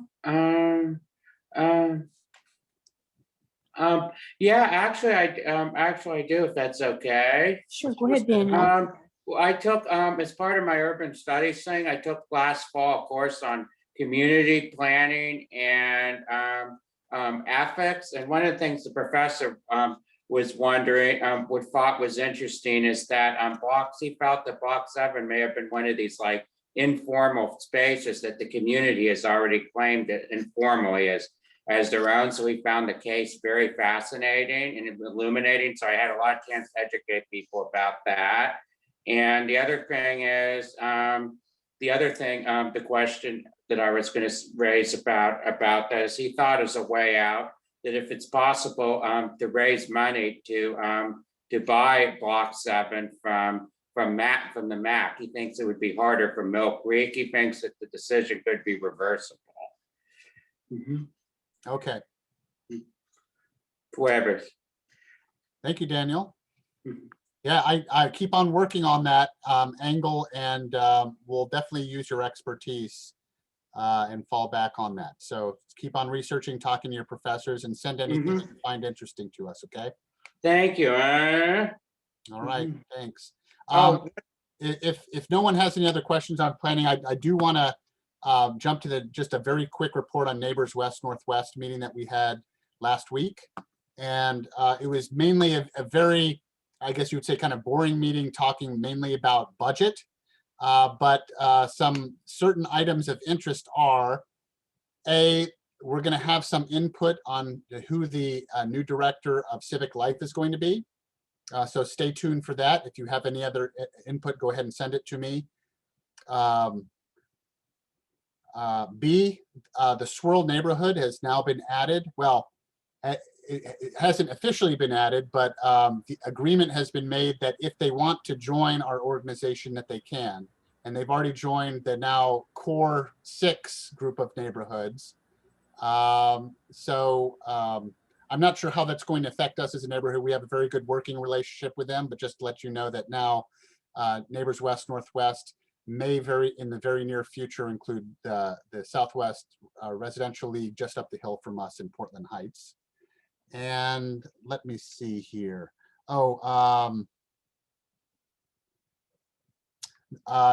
Neighbors West Northwest is undergoing a strategic plan about how they can better serve the neighborhoods.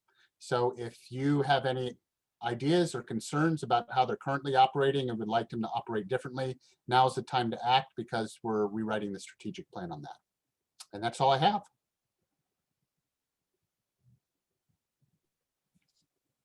Thank you.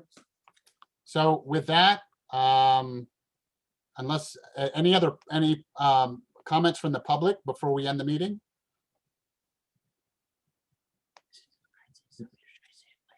No? So, well, seeing no comments, let's go ahead and end the meeting. It only lasted 43 minutes. Congratulations, everybody.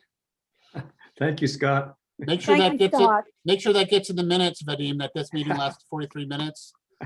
Well, Tiffany has a meeting after this, and so anybody that wants to Wow. stick around What?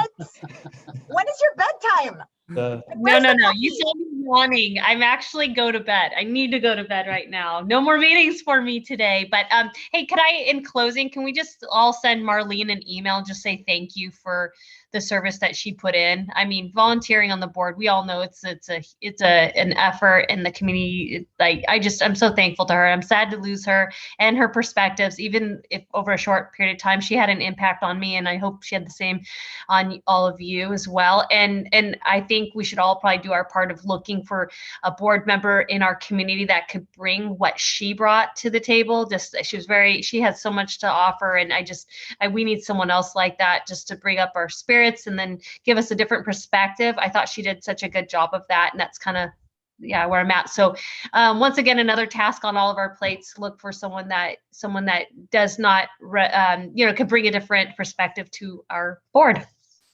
Can you tell me exactly, Tiffany, be specific? I mean, what should I be looking for?